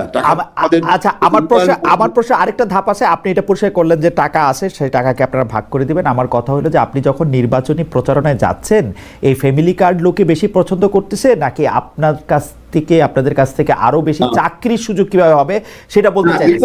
আমি একটু আপনি কথা শেষ করেন। আমাদের একজন দর্শকের বড় ভাইরা অনেক বলতে, আমাকে একটু বলতে দেন। জি বলেন একটা সেকেন্ড একটা দর্শকের কথা একটু বলেন। আপনি বলেন, আপনি অনেকক্ষণ বলবেন, কারণ আপনি অনেকক্ষণ ধরে ধৈর্য ধরে আমাদের বড় ভাইদের কথা আপনি শুনছেন, সেটার জন্য আপনি আমাদের ধন্যবাদও পাবেন। কিন্তু আমি একটা দর্শকের কথা একটু আপনাকে শোনাতে চাচ্ছি। দর্শকের কথা আমি শোনাতে চাচ্ছি।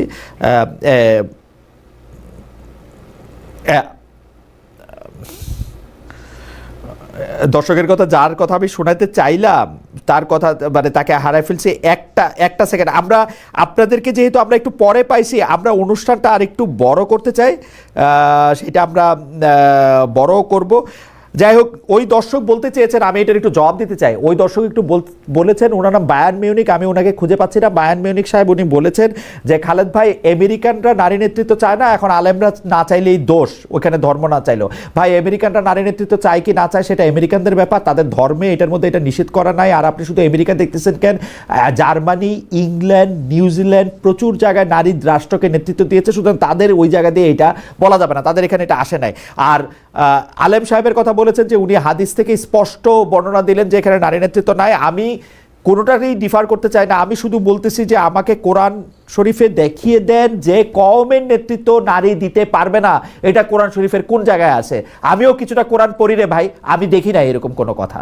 সূরা নিসার কথা যেটা বলা হয়, আমার কাছে এটার অনুবাদ হচ্ছে সূরা নিসাতে একজনের শ্রেষ্ঠত্ব আরেকজনের উপর বা একজনকে আরেকজনের আলাদা হওয়ার উপর, এটা দাম্পত্য জীবন এবং পারিবারিক জীবনের ক্ষেত্রে এটা বলে।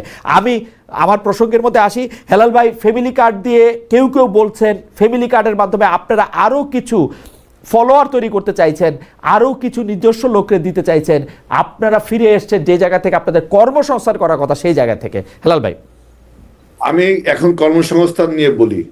আমরা বিএনপি আগে যে বিধবা কার্ড দিয়েছি তা আমাদের ফলোয়ার তো বাড়ছেই, স্বাভাবিক। আমরা যেহেতু সমাজের উন্নয়নের মূলক এবং এই যে পাবলিক ইনসেন্টিভ গুলো দিচ্ছি, এখন কর্মসংস্থান। আমরা জানেন যে এবার আমরা বলেছি যে 20,000 কিলোমিটার খাল আমরা সারা বাংলাদেশে খনন করব। তো এই 20,000 খাল খনন করতে গেলে আপনার কত লোকের কর্মসংস্থান হবে বুঝুন একবার। এবার আপনি দেখেন আমাদের দেশে যে সমস্ত বন্ধ মিল কারখানাগুলো আপনার বেনিফিট করতে পারে, কিন্তু কোনো মতলববাজির কারণে, যেমন জুট মিল, আমাদের খুলনা অঞ্চলের জুট মিলগুলো বিভিন্ন কারণে বন্ধ হয়ে গেছে। অর্থাৎ আপনি ইউরোপ আমেরিকায় থাকেন, আপনি জানেন জুটের প্রোডাক্টসের কি চাহিদা, যেহেতু এটা ডিসপোজেবল এবং এনভায়রনমেন্ট ফ্রেন্ডলি একটা প্রোডাক্ট। আমরা এই জুট মিলগুলো অনেক মতলববাজির জন্য বন্ধ হয়ে আছে। আমরা যদি এগুলো খুলতে পারি, লাভজনক করে, তাহলে কত কর্মসংস্থান হবে। আমরা এবার বলছি যে আমাদের প্রাথমিক স্বাস্থ্যকে আপনার সার্বজনীন করার জন্য এবং সহজবোধ্য করার জন্য প্রায় 1 লক্ষ লোককে আমরা প্রথমে স্বাস্থ্যকর্মী নিয়োগ দিব। তার মধ্যে 80% হবে আমাদের মায়েরা, আমাদের বোনেরা। তাহলে এই কত কর্মসংস্থান হবে দেখেন। কর্মসংস্থানের জন্য আমরা আইটি পার্কের কথা বলেছি, এবং আইটি পার্ক হলে আমাদের এখানে অনেক কর্মসংস্থান হবে, যে আমরা আউটসোর্সিং করতে পারবো, আপনার আইটি বিজনেস করতে পারবো। এরকম ভাবে বিভিন্ন আমরা ভাবে কর্মসংস্থানের কথা বলছি, এবং মানুষ আমাদের এই কথাগুলো বিশ্বাস করবে এই কারণে যে পূর্বে আমরা এই কাজগুলো করেছি। পূর্বে আমরা এই দেখেন পল্লী চিকিৎসক, এই প্রথাটা কিন্তু আমরা বিএনপিটা চালু করেছিলাম প্রেসিডেন্ট জিয়াউর রহমানের আমলে। সেই পল্লী চিকিৎসকরা এখনো কিন্তু আমাদের অর্থনীতিতে ভালো ভূমিকা রাখছে। অর্থাৎ আমরা পূর্বে এই সমস্ত আপনার সামাজিক মানবিক কাজ করেছি রাষ্ট্রের আপনার বেকারত্ব দূরীকরণের জন্য। ওকে, এখন আমার একটা বক্তব্য, খালেদ ভাই, আউট অফ কনটেক্সট হতে পারে। আমার বক্তব্য হলো যে ইসলাম একটা প্রতিষ্ঠিত ধর্ম। এই ব্যাপারে কি কারো সন্দেহ আছে? ইসলাম যে একটা প্রতিষ্ঠিত ধর্ম। আল্লাহর রসুল আপনার বিদায় হজের 10ম বৎসের মানে 10ম হিজরিতে তিনি সূরা মাইদার একটা আয়াত তার উপর নাজির হয়, যে আপনার আয়াতটা ছিল এরকম যে আল ইয়াউমা আকমালতু লাকুম দীনুকুম ওয়া আতমামতু আলাইকুম নিয়ামতি, আজকের থেকে তোমাদের জন্য দিন পরিপূর্ণ করলাম এবং আমার নিয়ামতও তোমাকে সম্পূর্ণ করলাম। অর্থাৎ ইসলাম একটা প্রতিষ্ঠিত ব্যাপার। এটাকে নতুন করে যদি কোনো প্রতিষ্ঠা করার চেষ্টা করা হয় তাহলে কিন্তু ফ্যাসাদ তৈরি হয়। আল্লাহ নিজেই বলছে। হেলাল ভাই, ওরা তো নতুন করে এটা প্রতিষ্ঠিত করতে চাচ্ছেন না। যা কিছু ইসলামে বলা আছে সেইভাবে কি বাংলাদেশটা চলতেছে আসলে?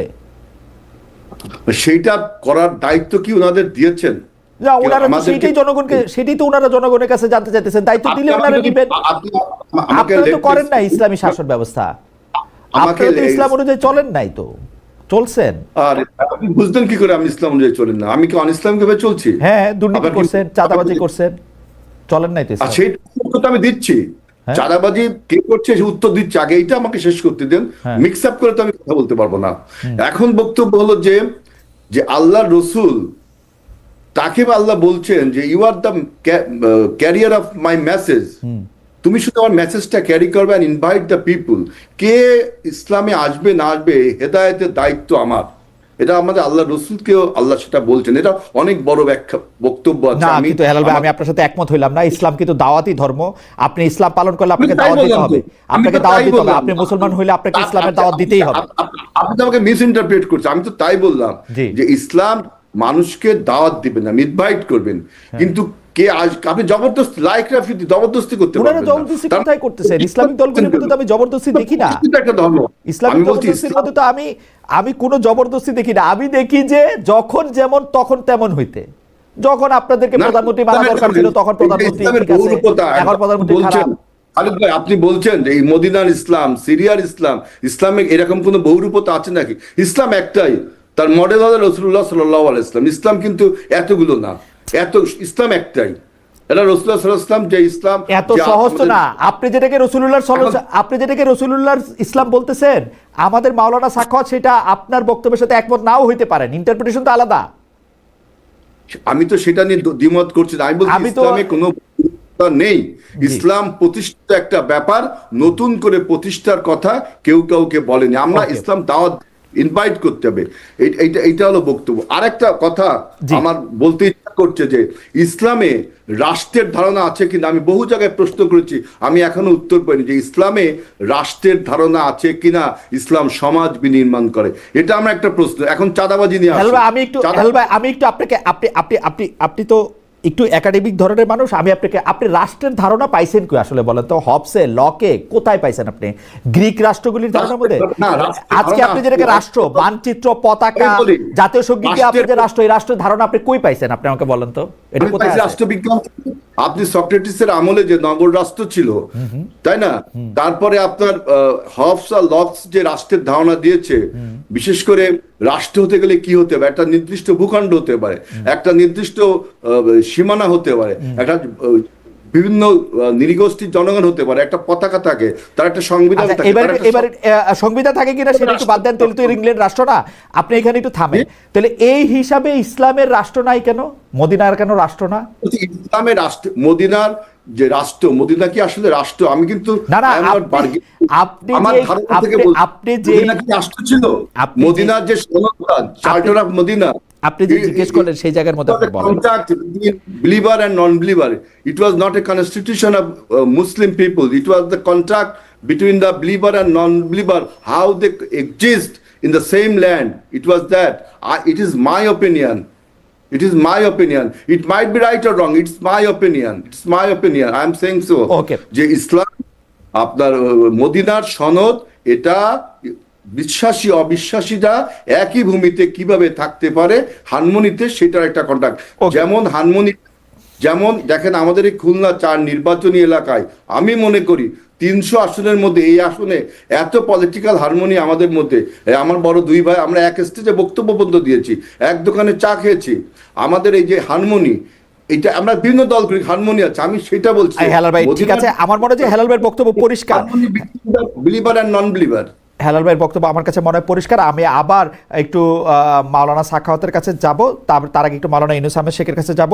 আমাকে একজন আবার সেই দর্শক আবার প্রশ্ন করেছেন যে বায়ার্ন মিউনিখ, খালেদ ভাই আপনি হাদিস বাদ দিয়ে দিবেন, যেটা রাসূলের কথা, আর রাসূল যা বলেন তা আল্লাহর নির্দেশে, এটা ইসলামের মূল নীতি। ভাই জিবরাইল আলাইহিস সালামকে আসতেন না, আপনি একটু চেক করুন, আপনার জানার আগ্রহ আল্লাহ বারাক। আমি প্রথম কথা বলি ভাই, কোরআনে বা হাদিসে কোন জায়গায়, কোন সহি হাদিসে স্পষ্টভাবে আছে যে ইসলামে নারী নেতৃত্ব কম দিতে পারবেন না?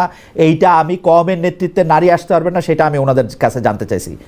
নট লেস নট মোর, আমি স্পষ্ট জানতে চাইছি। তারপরের কথা হচ্ছে, আমি কোরআন শরীফকে অবশ্যই গুরুত্ব বেশি দিব, কারণ আমার কাছে মনে হয় কোরআন হচ্ছে এমন একটা কমপ্লিট ব্যবস্থা যেটার মধ্যে থেকে কি জিনিস আপনি পারবেন না, কি জিনিস আপনি করবেন, সেইটার একটা সম্পূর্ণ গাইড এটার মধ্যে দেওয়া আছে।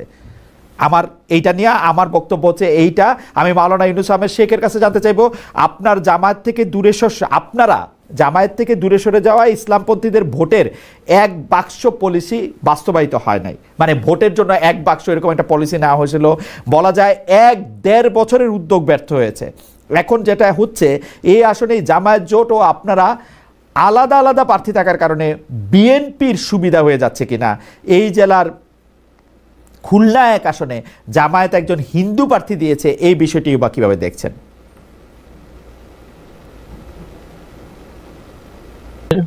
তাদের বিষয়ে আমাদের কোনো কথা নাই, তবে আমরা চাই যে ইসলামে যেটা অ্যাকসেপ্ট করছে সেটাই আমরা বাস্তবায়ন করতে চাই। ইসলামের মধ্যে কোনো বাড়াবাড়ি সারাসারি না হোক এটাই আমরা চাই। বিদেশি কোনো প্রেসক্রিপশনে চলুক এটা আমরা চাই না। এর জন্যই মূলত আমরা ফ্রেশ থাকার জন্যে, পরিচ্ছন্ন থাকার জন্যে, মানে কথায় আত্মরক্ষার জন্য আমরা ওখান থেকে বের হয়ে আসছি। কারণ আমরা লক্ষ্য করেছি যে একসঙ্গে চলতে গেলে শরিয়াতের অনেক বিধান কিন্তু লঙ্ঘন হচ্ছে। এখন যদি আমরা এখানে চলতেই থাকি, এই লঙ্ঘন এবং ইসলামের ক্ষতির একটা অংশ আমাদের উপর বর্তায়। এর জন্য আমরা এক কথায় আত্মরক্ষার জন্যই, আমরা সেফ থাকার জন্যে, আমরা তাকওয়ার জিন্দেগি যাপনের জন্য আমরা মূলত আলাদা হয়েছি। কারণ আমরা লক্ষ্য করেছি দেশি বিদেশি যে কোনো চক্রান্তের কারণে হোক না কেন, ইসলামকে মডারেট করার চেষ্টা করা হচ্ছে, কাটছাট করার চেষ্টা করা হচ্ছে। আমরা চাই যে কাটছাটওয়ালা ইসলাম নয়, বরং যেটা যে অবস্থায় পেয়েছি ওইটাই আমরা বাস্তবায়ন করতে চাই। এখানে আমরা কোনো সালাসালি বাড়াবাড়ি চাই না। আর বিদেশি কোনো প্রেসক্রিপশন মোতাবেক তাদের গড়ায় ইসলাম, তাদের তৈরি করা ইসলাম নিয়ে আমরা সামনে চলতে চাই না। আর ওখানে একসঙ্গে চলতে গেলে এমন কিছু সম্ভাবনা আমরা লক্ষ্য করেছিলাম। এর জন্য আমাদের সংগঠন বাঁচানোর জন্য দেশের সাথে ইসলামের সাথে কিন্তু আমরা সেফে আসার চেষ্টা করেছি।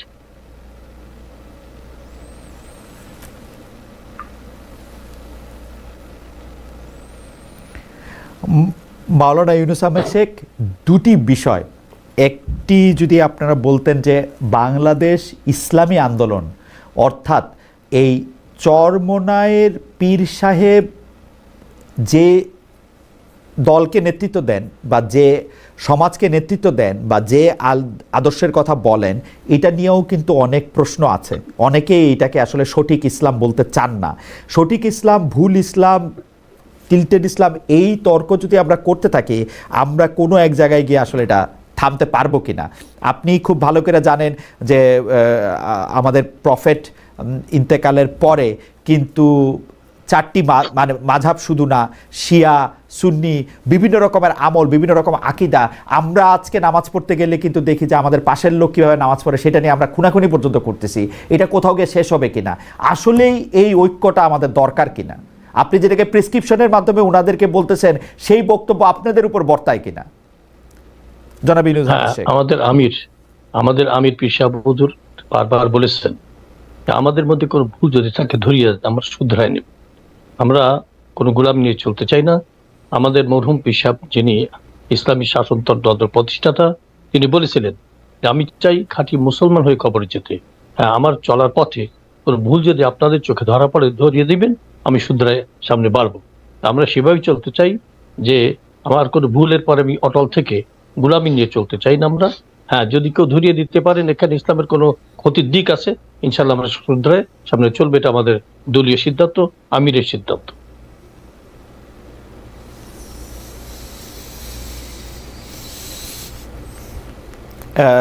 মাওলানা ইউনুস আহমেদ শেখ, আপনাকে অনেক বেশি ধন্যবাদ। আমরা একটু মাওলানা এস এম সাখাওয়াত হোসেনের কাছে আসতে চাই যে মাওলানা এস এম সাখাওয়াত, খুলনা 4 আসন বাদে 5টি আসনে এই জামাত নেতারাই 10 দলীয় জোটের প্রার্থী। এক্ষেত্রে আপনি ভাগ্যবান, কারণ আপনি একমাত্র জামাত নন এরকম একজন। নির্বাচনী প্রচারণায় জামায়াতের সব নেতাকর্মী আপনার পক্ষে নেমেছে, মানে বিশেষ করে জামায়াতের প্রার্থী যিনি ছিলেন মাওলানা মোহাম্মদ কবিরুল ইসলাম, আপনার পক্ষে ভোট চাইছেন কিনা? এছাড়া ইসলামপন্থীদের ভোটের বাক্স যে একটি হলো না, বিশেষ করে হাত পাখার প্রার্থী এখানে রয়েছেন, এটার প্রভাবই বা কি? জনাব এস এম সাখাওয়াত হোসেন। আসলে শুরু থেকেই আমরা চেয়েছিলাম যে জনগণের প্রত্যাশা যে ইসলামপন্থীরা তারা এক হোক। আমরা অতীতে বিভিন্ন দলের শাসন দেখেছি, ইসলামপন্থীরা যদি ঐক্যবদ্ধ হয় তাহলে আমরা তাদের পক্ষে আমাদের সমর্থন দিব। তো সেই লক্ষ্যেই আমরা ইসলামী দলগুলো ঐক্যবদ্ধ হয়েছিলাম যে একটি বাক্স আমাদের থাকবে ইসলামপন্থীদের, সেখানে 2টি বাক্স কোথাও থাকবে না, জনগণের প্রত্যাশা সেখানে পূরণ হবে। কিন্তু যে কোনো কেন ওনারা হঠাৎ করে বেরিয়ে গেলেন এটা ওনারাই বলতে পারবেন। ওনারা বলেছেন যে আত্মরক্ষার জন্য, কনভিন্স করা, ওনারা বলেছেন আত্মরক্ষার জন্য, আমাদেরকেও আপনাদের কাছ থেকে ইসলামকে রক্ষা করার জন্য চেষ্টা করেছিলেন। জি, আমাদেরকেও কনভিন্স করার চেষ্টা করেছিলেন। আমরা বলেছিলাম যে জাতির সামনে আমরা যে অঙ্গীকার দিয়েছি সে তার থেকে আমরা, মামুনুল হক সাহেব বা আমরা সবাই, আমরা অন্যান্য ইসলামী দলগুলো আমরা বলেছিলাম যে না, এটা আমরা জাতির সামনে যে অঙ্গীকার দিয়েছি সেটার থেকে আমাদের ফিরে আসা সম্ভব না। তো যাই হোক, আরো বিস্তারিত কথা আছে, আমরা সব কথার খুলাসা করতে চাই না। তো আমি স্পষ্ট বলতে চাই যে আসলে এখানে আমরা যে অন্য যে ইসলামী দলগুলো আছে আমরা ঐক্যবদ্ধ আছি, এবং তার সাথে দেশপ্রেমিক জুলাই আন্দোলনে যারা জীবন দিয়েছে, রক্ত দিয়েছে, শহীদ হয়েছে, এই ধরনের দেশপ্রেমিক কিছু দলও আমাদের সাথে ঐক্যবদ্ধ হয়েছে। আমরা এই ঐক্যবদ্ধতার মাধ্যমে একটি বাক্স নিয়েই আমরা জনগণের সামনে উপস্থিত হয়েছি। এবং সেক্ষেত্রে আমাকে প্রশ্ন করা হয়েছে যে আমার আসনে মানে যে সমস্ত 11 দল, এই 11 দলের যে নেতা কর্মীরা আছে, কোথাও সব দল আছে, কোথাও সব দল নাই, যাই আছে সবাই আমার সাথে পুরাপুরি ভাবে ঐক্যবদ্ধভাবে, জামাত ইসলামও, কবির সাহেব প্রতিদিন আমার সাথে থাকেন, এবং সব সংগঠনগুলো এনসিপি সহ বাংলাদেশ খেলাফত মজলিস, আলেম ওলামা, সর্বস্তরের লোকজন আমার সঙ্গে আছে এবং তারা কাজ করতেছে। আমি সেক্ষেত্রে আমি ভাই ইউনূস আহমদ সাহেবকে কিছু বলবো না, সে আমার ভাই, একসাথেই আমরা একসময় কাজ করেছি। তো তিনি তার বক্তব্য তিনি দিবেন। আমার বক্তব্যের মধ্যে কোথাও তার বিরুদ্ধে বা তার দলের বিরুদ্ধে কোনো বক্তব্য নাই। তবে ইয়ে হচ্ছে এতটুকু যে জনগণের কাছে আমাদের যে অঙ্গীকার ছিল সেই অঙ্গীকার থেকে ওনারা চলে গেলেন, সেটা ওনাদের বিষয়। তো আমরা আমাদের অঙ্গীকার রক্ষা করে আমরা ঐক্যবদ্ধ আছি।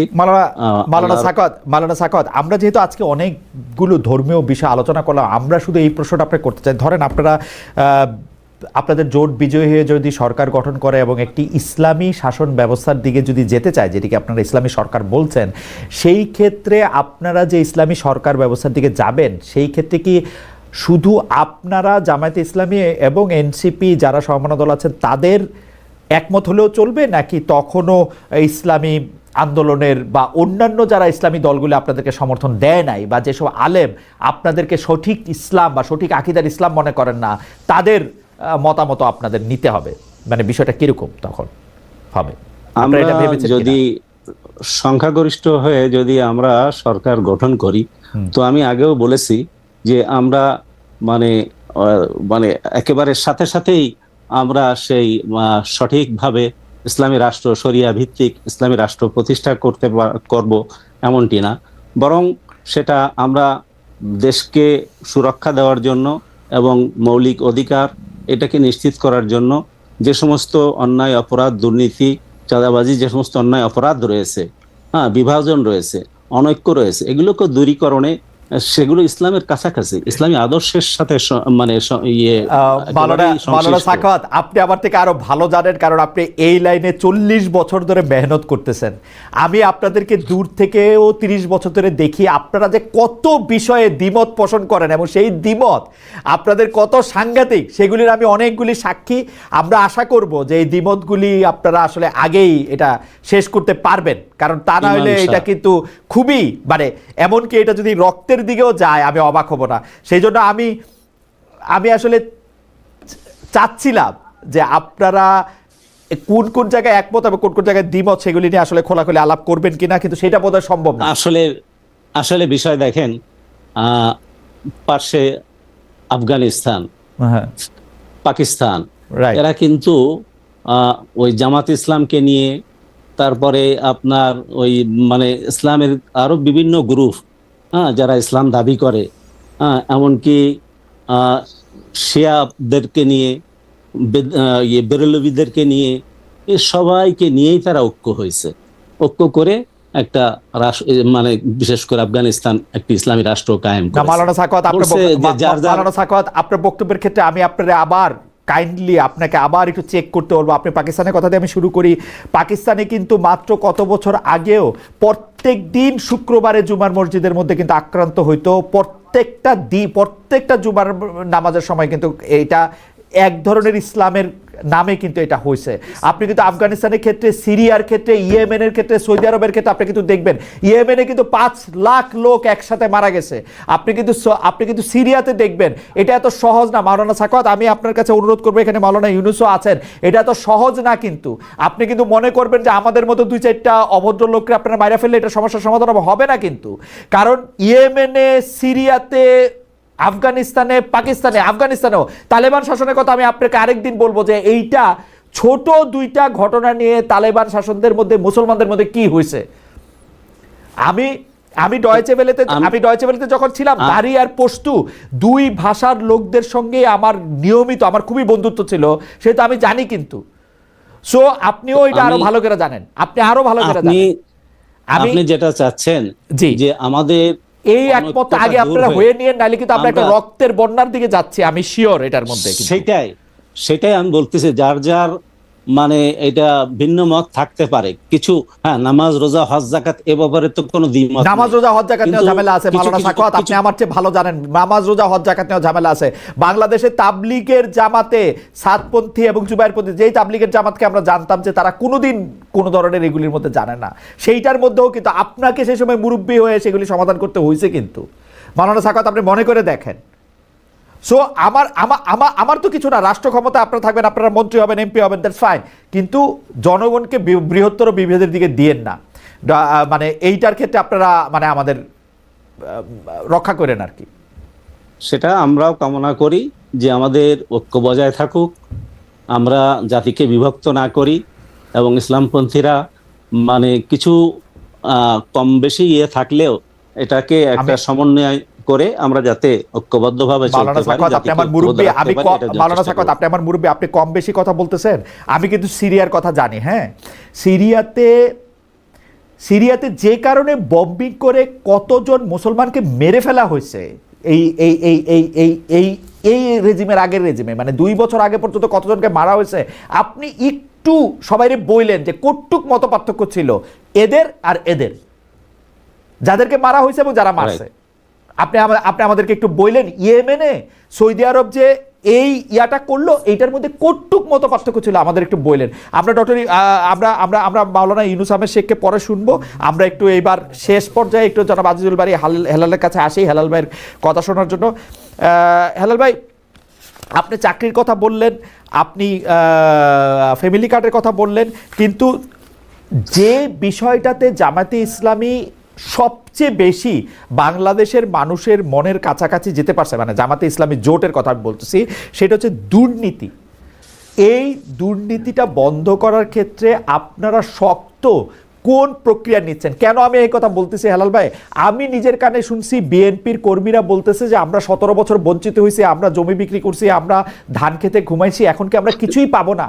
এই যে কিছু পাবো না, তাদের হাতে কি আপনারা খালি একটা ফ্যামিলি কার্ড আর কৃষক কার্ড ধরাই দিবেন?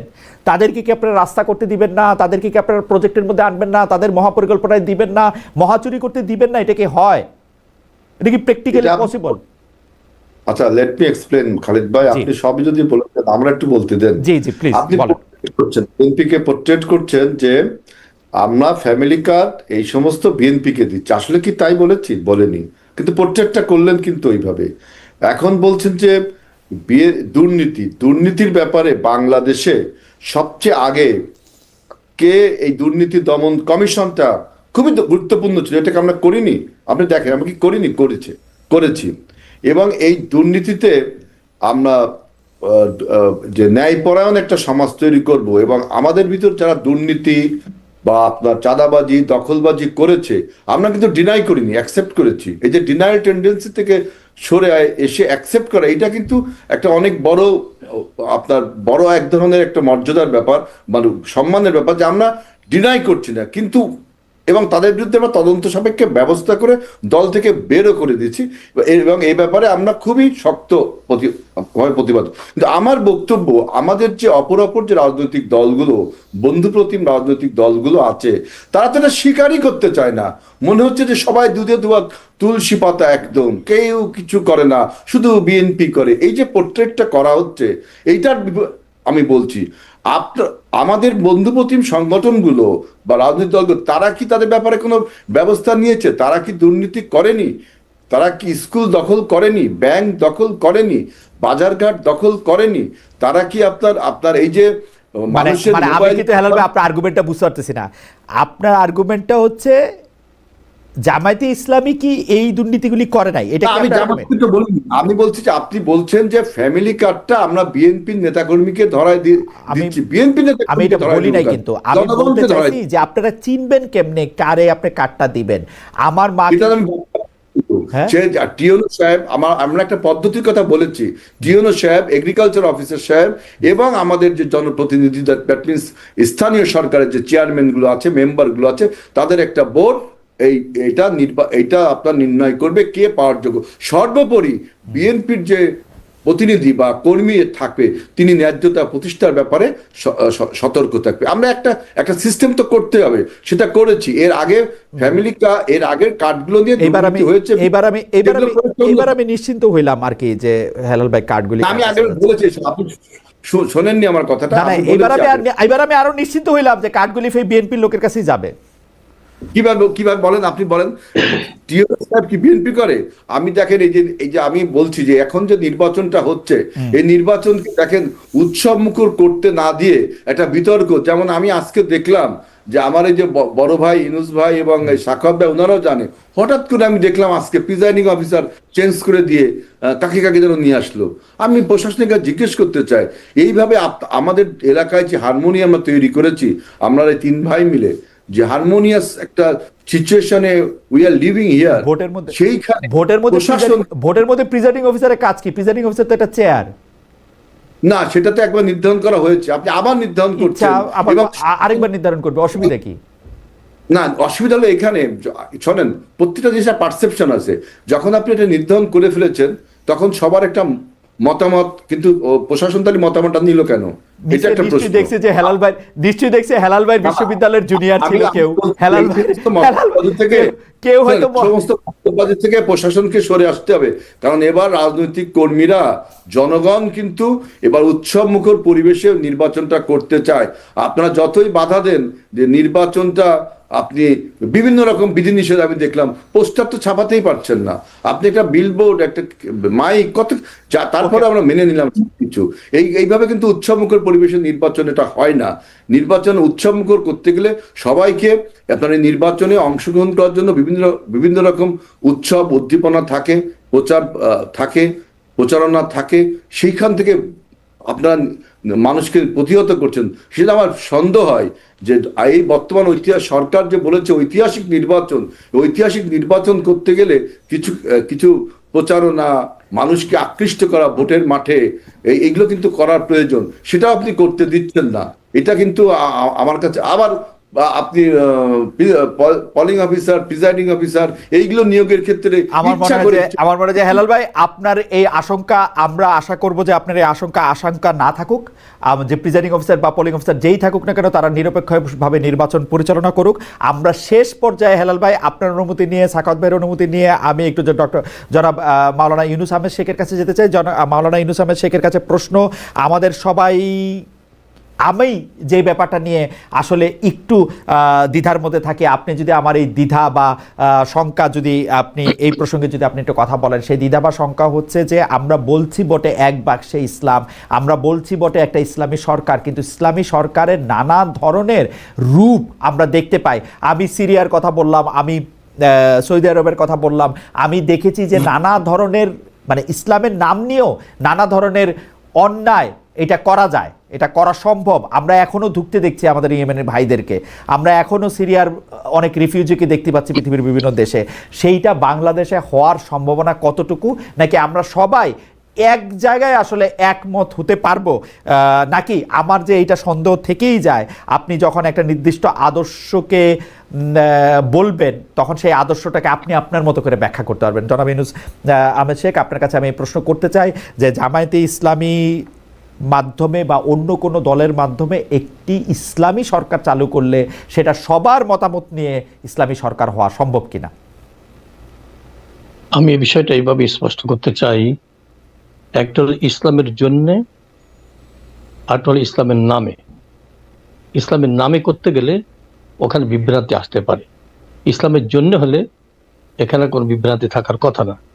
আপনার প্রস্তাব, আপনার যে উদ্দেশ্যে লক্ষ্য পেশ করলেন, এটা ধন্যবাদ পাওয়ার যোগ্য আপনি।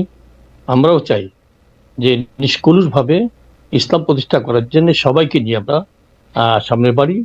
এখানে যদি কেউ গোলামীর আশ্রয় নেয়, এটা ঠিক হবে না। বরং সবাই যদি তাদের নিজস্ব যে গতিপথ, এটাকে শুধরানোর চেষ্টা করে, সংস্কার চেষ্টা করে এবং অন্যের পরামর্শ মেনে নেওয়ার মানসিকতা থাকে, তাহলে এটা সম্ভব। তা আমি আমার দলের তরফ থেকে বলছি, হ্যাঁ, সঠিকভাবে চলার পথে আমাদের কোনো যদি ত্রুটি বিচ্যুতি ধরা পড়ে, আমাদের শুধরে দিবেন, আমাদেরকে স্মরণ করিয়ে দিবেন। আর অন্যদেরকেও যখন স্মরণ করানো হয়, তারা যে শুধরানোর মানসিকতা রাখে, তাহলে বিষয়টা সহজ হয়। অর্থাৎ সমন্বয় সমঝোতা করতে গেলে নিজেরা অনেক কিছু ছাড় দেওয়ার মানসিকতা থাকতে হয়। তা আমাদের তরফ থেকে ইনশাল্লাহ আছে। আর অন্যরা যারা আছেন, যাদের বিষয়ে বেশি বিতর্ক রয়েছে, বিশেষ করে জামাতের ব্যাপারে, এটা তো ঐতিহাসিকভাবে এবং যুগের পর যুগ চলে আসতেছে, তারাও যদি এগিয়ে আসে যে হ্যাঁ, ওলামা একরাম যেটা আমাদেরকে ধরিয়ে দিচ্ছেন, যেটা ব্যাপারে আপত্তি করেছেন, আমরা শুধরায় সবাই মিলে দেশটাকে গড়তে চাই, তাহলে বিষয়টা সহজ হয়। আপনার উদ্দেশ্য এবং লক্ষ্য যেটা উল্লেখ করেছেন, আপনি ধন্যবাদ পাওয়ার যোগ্য। আপনাকে ধন্যবাদ জানাই। আমরা সবাই দেশবাসীর কাছে দোয়া চাই, সম্মিলিতভাবে পারস্পরিক শুদ্ধারণার মাধ্যমে, সংস্কারের মাধ্যমে সুষ্ঠুভাবে যেন সঠিক ইসলামকে প্রতিষ্ঠা করতে পারি। এই দোয়া জগৎবাসীর কাছে, দেশবাসীর কাছে, সবার কাছে আমরা চাই।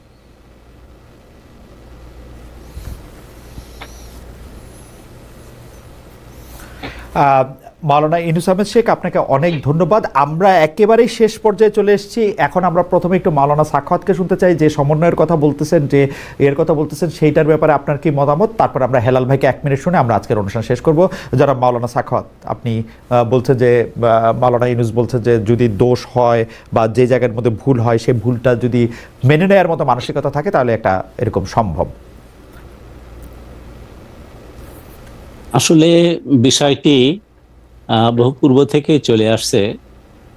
জামাত ইসলামের ব্যাপারে যে কিছু প্রশ্ন, এগুলি তারা নিজেরাই মানে শুধরায় নেবেন, বা তারাও এই কথা বলতেছেন যদি আমাদের কোনো ভুল ভ্রান্তি থাকে আমাদেরকে ধরিয়ে দেন।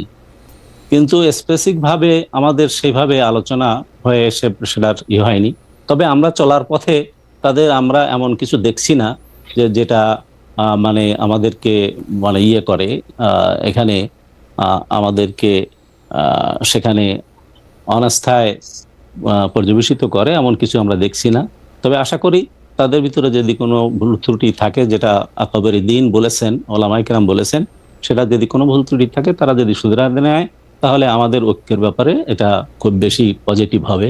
তবে আমি মনে করি আলোচনার দরজা বন্ধ নাই। আলোচনার ভিতর দিয়েই আপনি যেটা প্রত্যাশা করতেছেন, এদেশে ইসলামপন্থীরা যাতে ঐক্যবদ্ধভাবে কাজ করতে পারে, যেটা জনগণের প্রত্যাশা এবং যার দ্বারা এদেশে ইসলাম প্রতিষ্ঠা হবে, এজন্য আলোচনার মাধ্যমে এটার সমাধান করা যেতে পারে। কিন্তু সে ব্যাপারে সকলের আন্তরিক হওয়া প্রয়োজন। আন্তরিক হলেই এগুলিকে সমাধান করা সম্ভব।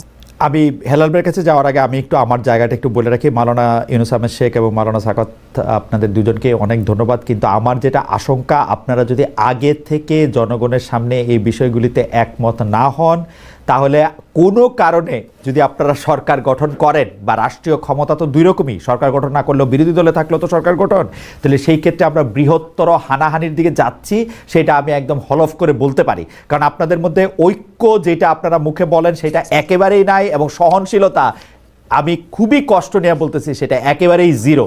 আপনারা মানে মানে মানে এই ব্যাপারটা যদি আপনারা কোনোভাবে, আপনারা মুরব্বীরা যদি আপনারা এটা ঠিক করে নেন, এটা আমাদের জন্য ভালো। আমি হেলাল ভাইয়ের কাছে আসতে চাই। হেলাল ভাই, শেষ প্রশ্ন। হেলাল ভাই, জাতীয় সরকারের কথা একটা আমরা সবার আগে বিএনপির মুখে শুনছি, সবাইকে নিয়ে সরকার গঠন করার কথা আমরা বিএনপির মুখে অনেকবার করে শুনছি, কিন্তু ইদানিং যেন আর শুনতেছি না। ইদানিং যেন বিএনপি একলাই সরকার গঠন করবে, সেজন্য বাকি কারো কথাই খুব বেশি শোনা দরকার নাই, এরকম করে মনে করতেছে। আপনারাও সেরকম ভাবেন কিনা যে বিএনপি একলা সরকার গঠন করবে, আর বাকি সবাই, কেউ বিরোধী দলে, কেউ রাস্তায়, কেউ সাংবাদিকতার টেবিলে, এরকম করে থাকা যাবে? না, আমরা সেটা আপনি অনুমান করতে পারেন, কিন্তু আমাদের বক্তব্য, আমাদের নেতা তারেক রহমান ক্লিয়ার বারবারই করেছেন, সবাইকে নিয়ে আমরা নির্বাচনের পরে একটা জাতীয় সরকার গঠন করব যারা আসতে চায়। এ ব্যাপারে আমাদের কোনো দ্বিমত নেই। এটা আমাদের প্রথমেই অঙ্গীকার ছিল যে আমরা জাতীয় সরকার গঠন করবো। এখন আপনি যদি বারবার অ্যাসুরেন্স চান, আমি তো বললাম আমার নেতা তারেক রহমান তিনিও তার বক্তৃতায় ওকে কিন্তু বলে, সুতরাং সুতরাং আমি শুধু যেটা বলতে চাই যে আপনি যে সংঘাত, যে মানে সংকটের আশঙ্কা করছেন, আমি এই জন্য বলছি, দেখেন একটা জিনিস প্রচার করা উচিত, সেটা আপনি প্রতিষ্ঠা করতে চাচ্ছেন, তার সংঘাত হবেই। ইসলাম একটা প্রচারমূলক ধর্ম, তাকে প্রচার করতে দিন, কিন্তু তাকে প্রতিষ্ঠা করে রাষ্ট্র বানাতে গেলে সংঘাত হবেই। এটা আমি আমার বিশ্লেষণ থেকে বলছি।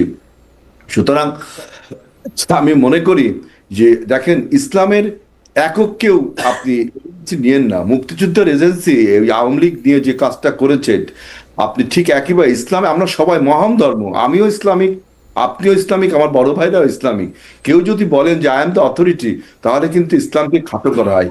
রাজনীতির মতো একটা সংকীর্ণ ব্যাপার, আমি একজন রাজনীতিবিদ হয়ে বলছি, ইসলাম ধর্মের কাছে, ধর্মের কাভারেজ এরিয়া অনেক বড়, রাজনীতির কাভারেজ এরিয়া ধর্মের তুলনায় কম। অতএব এই রাজনীতি নিয়ে ধর্মকে বিভক্ত করা, এটা আমাদের জন্য মারাত্মক ঝুঁকিপূর্ণ কাজ হয়ে যাচ্ছে। তা না হলে হবে কি জানেন, যে ওয়েস্টফ্যালিয়া প্যাক্টের কথা আপনার মনে আছে, জার্মানিতে যে খ্রিস্টানদের মধ্যে 30 বছর ব্যাপী যুদ্ধ হওয়ার পরে ওই যে ধর্ম নিরপেক্ষতার যে উৎপত্তি ওয়েস্টফ্যালিয়া প্যাক্টের 1600 কত সালে, এরকম কোনো দুর্ঘটনা যেন আমাদের মুসলমান ধর্মে না হয়, আমি এটা নিয়ে আশঙ্কা প্রকাশ করি। এবং আমি আশা করি যে মাওলানা সাখাওয়াত এবং মাওলানা ইউনূস দুইজনই আমাদের কথা দিয়েছেন যে এইগুলির ব্যাপারে তারা একটু ভূমিকা নেবেন। আমি হেলাল ভাইয়ের কথার সমর্থনে না, আমি আপনাদের দুজনকে, দুই মুরব্বীকে আমি একটু স্মরণ করে দিতে চাই যে পৃথিবীতে যেইখানেই আসলে ইসলামিক রাষ্ট্র প্রতিষ্ঠা করা হয়েছে, সেইখানেই ইসলাম মানে অন্য কোনো ধর্মের লোক এসে না, কিন্তু ইসলামের দুইটা মত বা ইসলামের দুইটা স্কুলের মধ্যে সাংঘাতিক প্রাণঘাতী সংঘর্ষ কিন্তু হয়েছে। আমরা এটা দেখছি, আমরা এটা থেকে মুক্তি চাই। ইসলামিক রাষ্ট্র কোনটা আপনি দেখেন, পৃথিবীর কোনটা ইসলামিক রাষ্ট্র আপনি বলেন? ইরান এবং পাকিস্তান নামে লেখে, আর আফ্রিকার দুটো দেশ, আর কোন দেশ কি লেখে ইসলামিক রাষ্ট্র লেখে? আপনি বলেন না, লিখতে হয় না, কিন্তু আপনারা তো, উনারা তো দেখেন হেলাল ভাই, আমরা উনাদের অনেক সমালোচনা করি, জামায়াত ইসলামের সমালোচনা করি, ইসলামী আন্দোলনের সমালোচনা করি, খেলাফতে মজলিসের সমালোচনা করি, কিন্তু ধর্মকে নিয়ে কিন্তু আমরা প্রত্যেকটা বড় রাজনৈতিক দলকে খেলতে দেখছি। আপনারা ধর্মকে নিয়ে খেলছেন, জাতীয় পার্টি ধর্মকে নিয়ে খেলছে, আওয়ামী লীগ তো আপনি এভারেজলি বলে দিলেন যে আমরা ধর্মকে নিয়ে কোথায় হ্যাঁ, আপনারা সংবিধানে বিসমিল্লাহির রহমানির রহিম লিখছেন, দরকার ছিল না। আপনারা রাষ্ট্রধর্ম ইসলামকে সংগ্রহ করছেন, আপনারা রাষ্ট্রধর্ম ইসলামকে সমর্থন জানাই গেছেন পরপর, কোনো দরকার ছিল না। এটা এরশাদ করছে, আপনি আউট অফ দ্য হিস্টরি বললে হবে না, এরশাদ করছে। আমরা যেটা বলেছি এরশাদ করছে, আপনারা এরপরে 3 বার ক্ষমতায় ছিলেন রে ভাই, এরশাদ করছে তো কি হয়েছে? ভাই শুনেন, আবার শেখ হাসিনা করছে, এই যে দেখো, আমি দেখি, আমি আপনি বলি, আপনি তোমাকে বলতে না দিলে কিন্তু ক্লিয়ার করতে পারবো না। আমরা যেটা করেছি যে মহান আল্লাহর প্রতি আস্থা এবং বিশ্বাস, এটা আমার মনে হয় বাংলাদেশের হিন্দু, মুসলিম, বৌদ্ধ, খ্রিস্টান, কিছু প্রকৃতিবাদী বা কিছু নাস্তিক ব্যতীত খুবই সামান্য সবাই এটা মানে। না কেন, ধর্মনিরপেক্ষতা আপনার অসুবিধা কি করছিল? ধর্মনিরপেক্ষতা আপনি কি অসুবিধা করছিল? আপনি একটা দেশের রাষ্ট্রধর্ম ইসলাম করবে, ধর্মনিরপেক্ষতা আপনার অসুবিধা কি করছিল? আমরা কি করেছি? আপনারা ধর্মনিরপেক্ষতা বদলাইছেন না, মহান আল্লাহ তাআলার প্রতি বিশ্বাস আস্থা। শুনেন, এটা নিয়ে একটা একাডেমিক আলোচনা হতে পারে, ধর্মনিরপেক্ষতা আর মহান আল্লাহ তাআলার প্রতি বিশ্বাস আস্থা, এই কথা যদি এখন একাডেমিক আলোচনা করি, তাহলে বুঝবেন যে এই যে মহান আল্লাহর প্রতি আস্থা এবং বিশ্বাস, এটা একটা হেলাল ভাই, আপনি মুসলমান তো, আপনি মুসলমান, আপনার জন্য এই কথা বলা সহজ। আপনি আপনার বাংলা নামের ভাইরে এই কথা বলে জিজ্ঞেস করে দেখেন, আপনারা কি করেন? মানে আপনি সংবিধানের মূলনীতি পাল্টাই দিলেন, সংবিধানের মূলনীতি পাল্টাই দিয়ে বললেন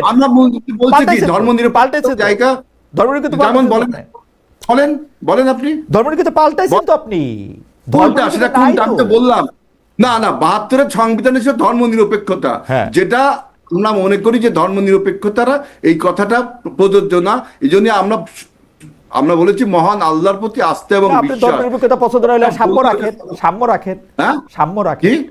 রাখেন, যেটা ছিল সাম্য।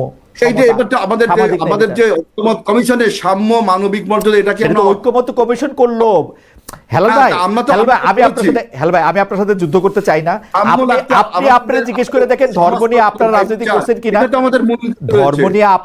করছেন কিনা, প্রশ্নটা আপনার কাছে আপনি রাখেন ভাই, আপনার কাছে আপনি রাখেন। ধর্ম নিয়ে আপনারা রাজনীতি করছেন কিনা।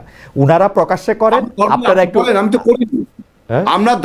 আমরা সবাই ধার্মিক, আমরা নৈতিক, আমরা ধর্ম অনুসারী, ধর্ম অবলম্বন করি, কিন্তু ধর্মের কে ব্যবহার করে কোনো ক্ষুদ্র স্বার্থ, হীন স্বার্থ, ধর্মকে অপমান করা, ধর্মকে মেলাইন করা, এটা আমাদের কখনো উদ্দেশ্য না। না হেলাল ভাই, আমার ধারণা যে দেখেন, হেলাল ভাই, একমাত্র দল হ্যাঁ। ধর্মের পথে মানুষকে আহ্বান করে। আমরা বলেছি এবার মসজিদ, মন্দির, গির্জা, প্যাগোডার যারা ধর্ম নেতা বা ইমাম, মুয়াজ্জিন, খতিব, পুরোহিত, তাদেরকে আমরা রাষ্ট্রীয় বেতন দেব, এটা বলেছি, যেন মানুষ ধর্মের কাছে আশ্রয় নেই এবং মানুষ ধার্মিক হয়ে ওঠে, যাতে সমাজে নৈতিকতা প্রতিষ্ঠা হয়।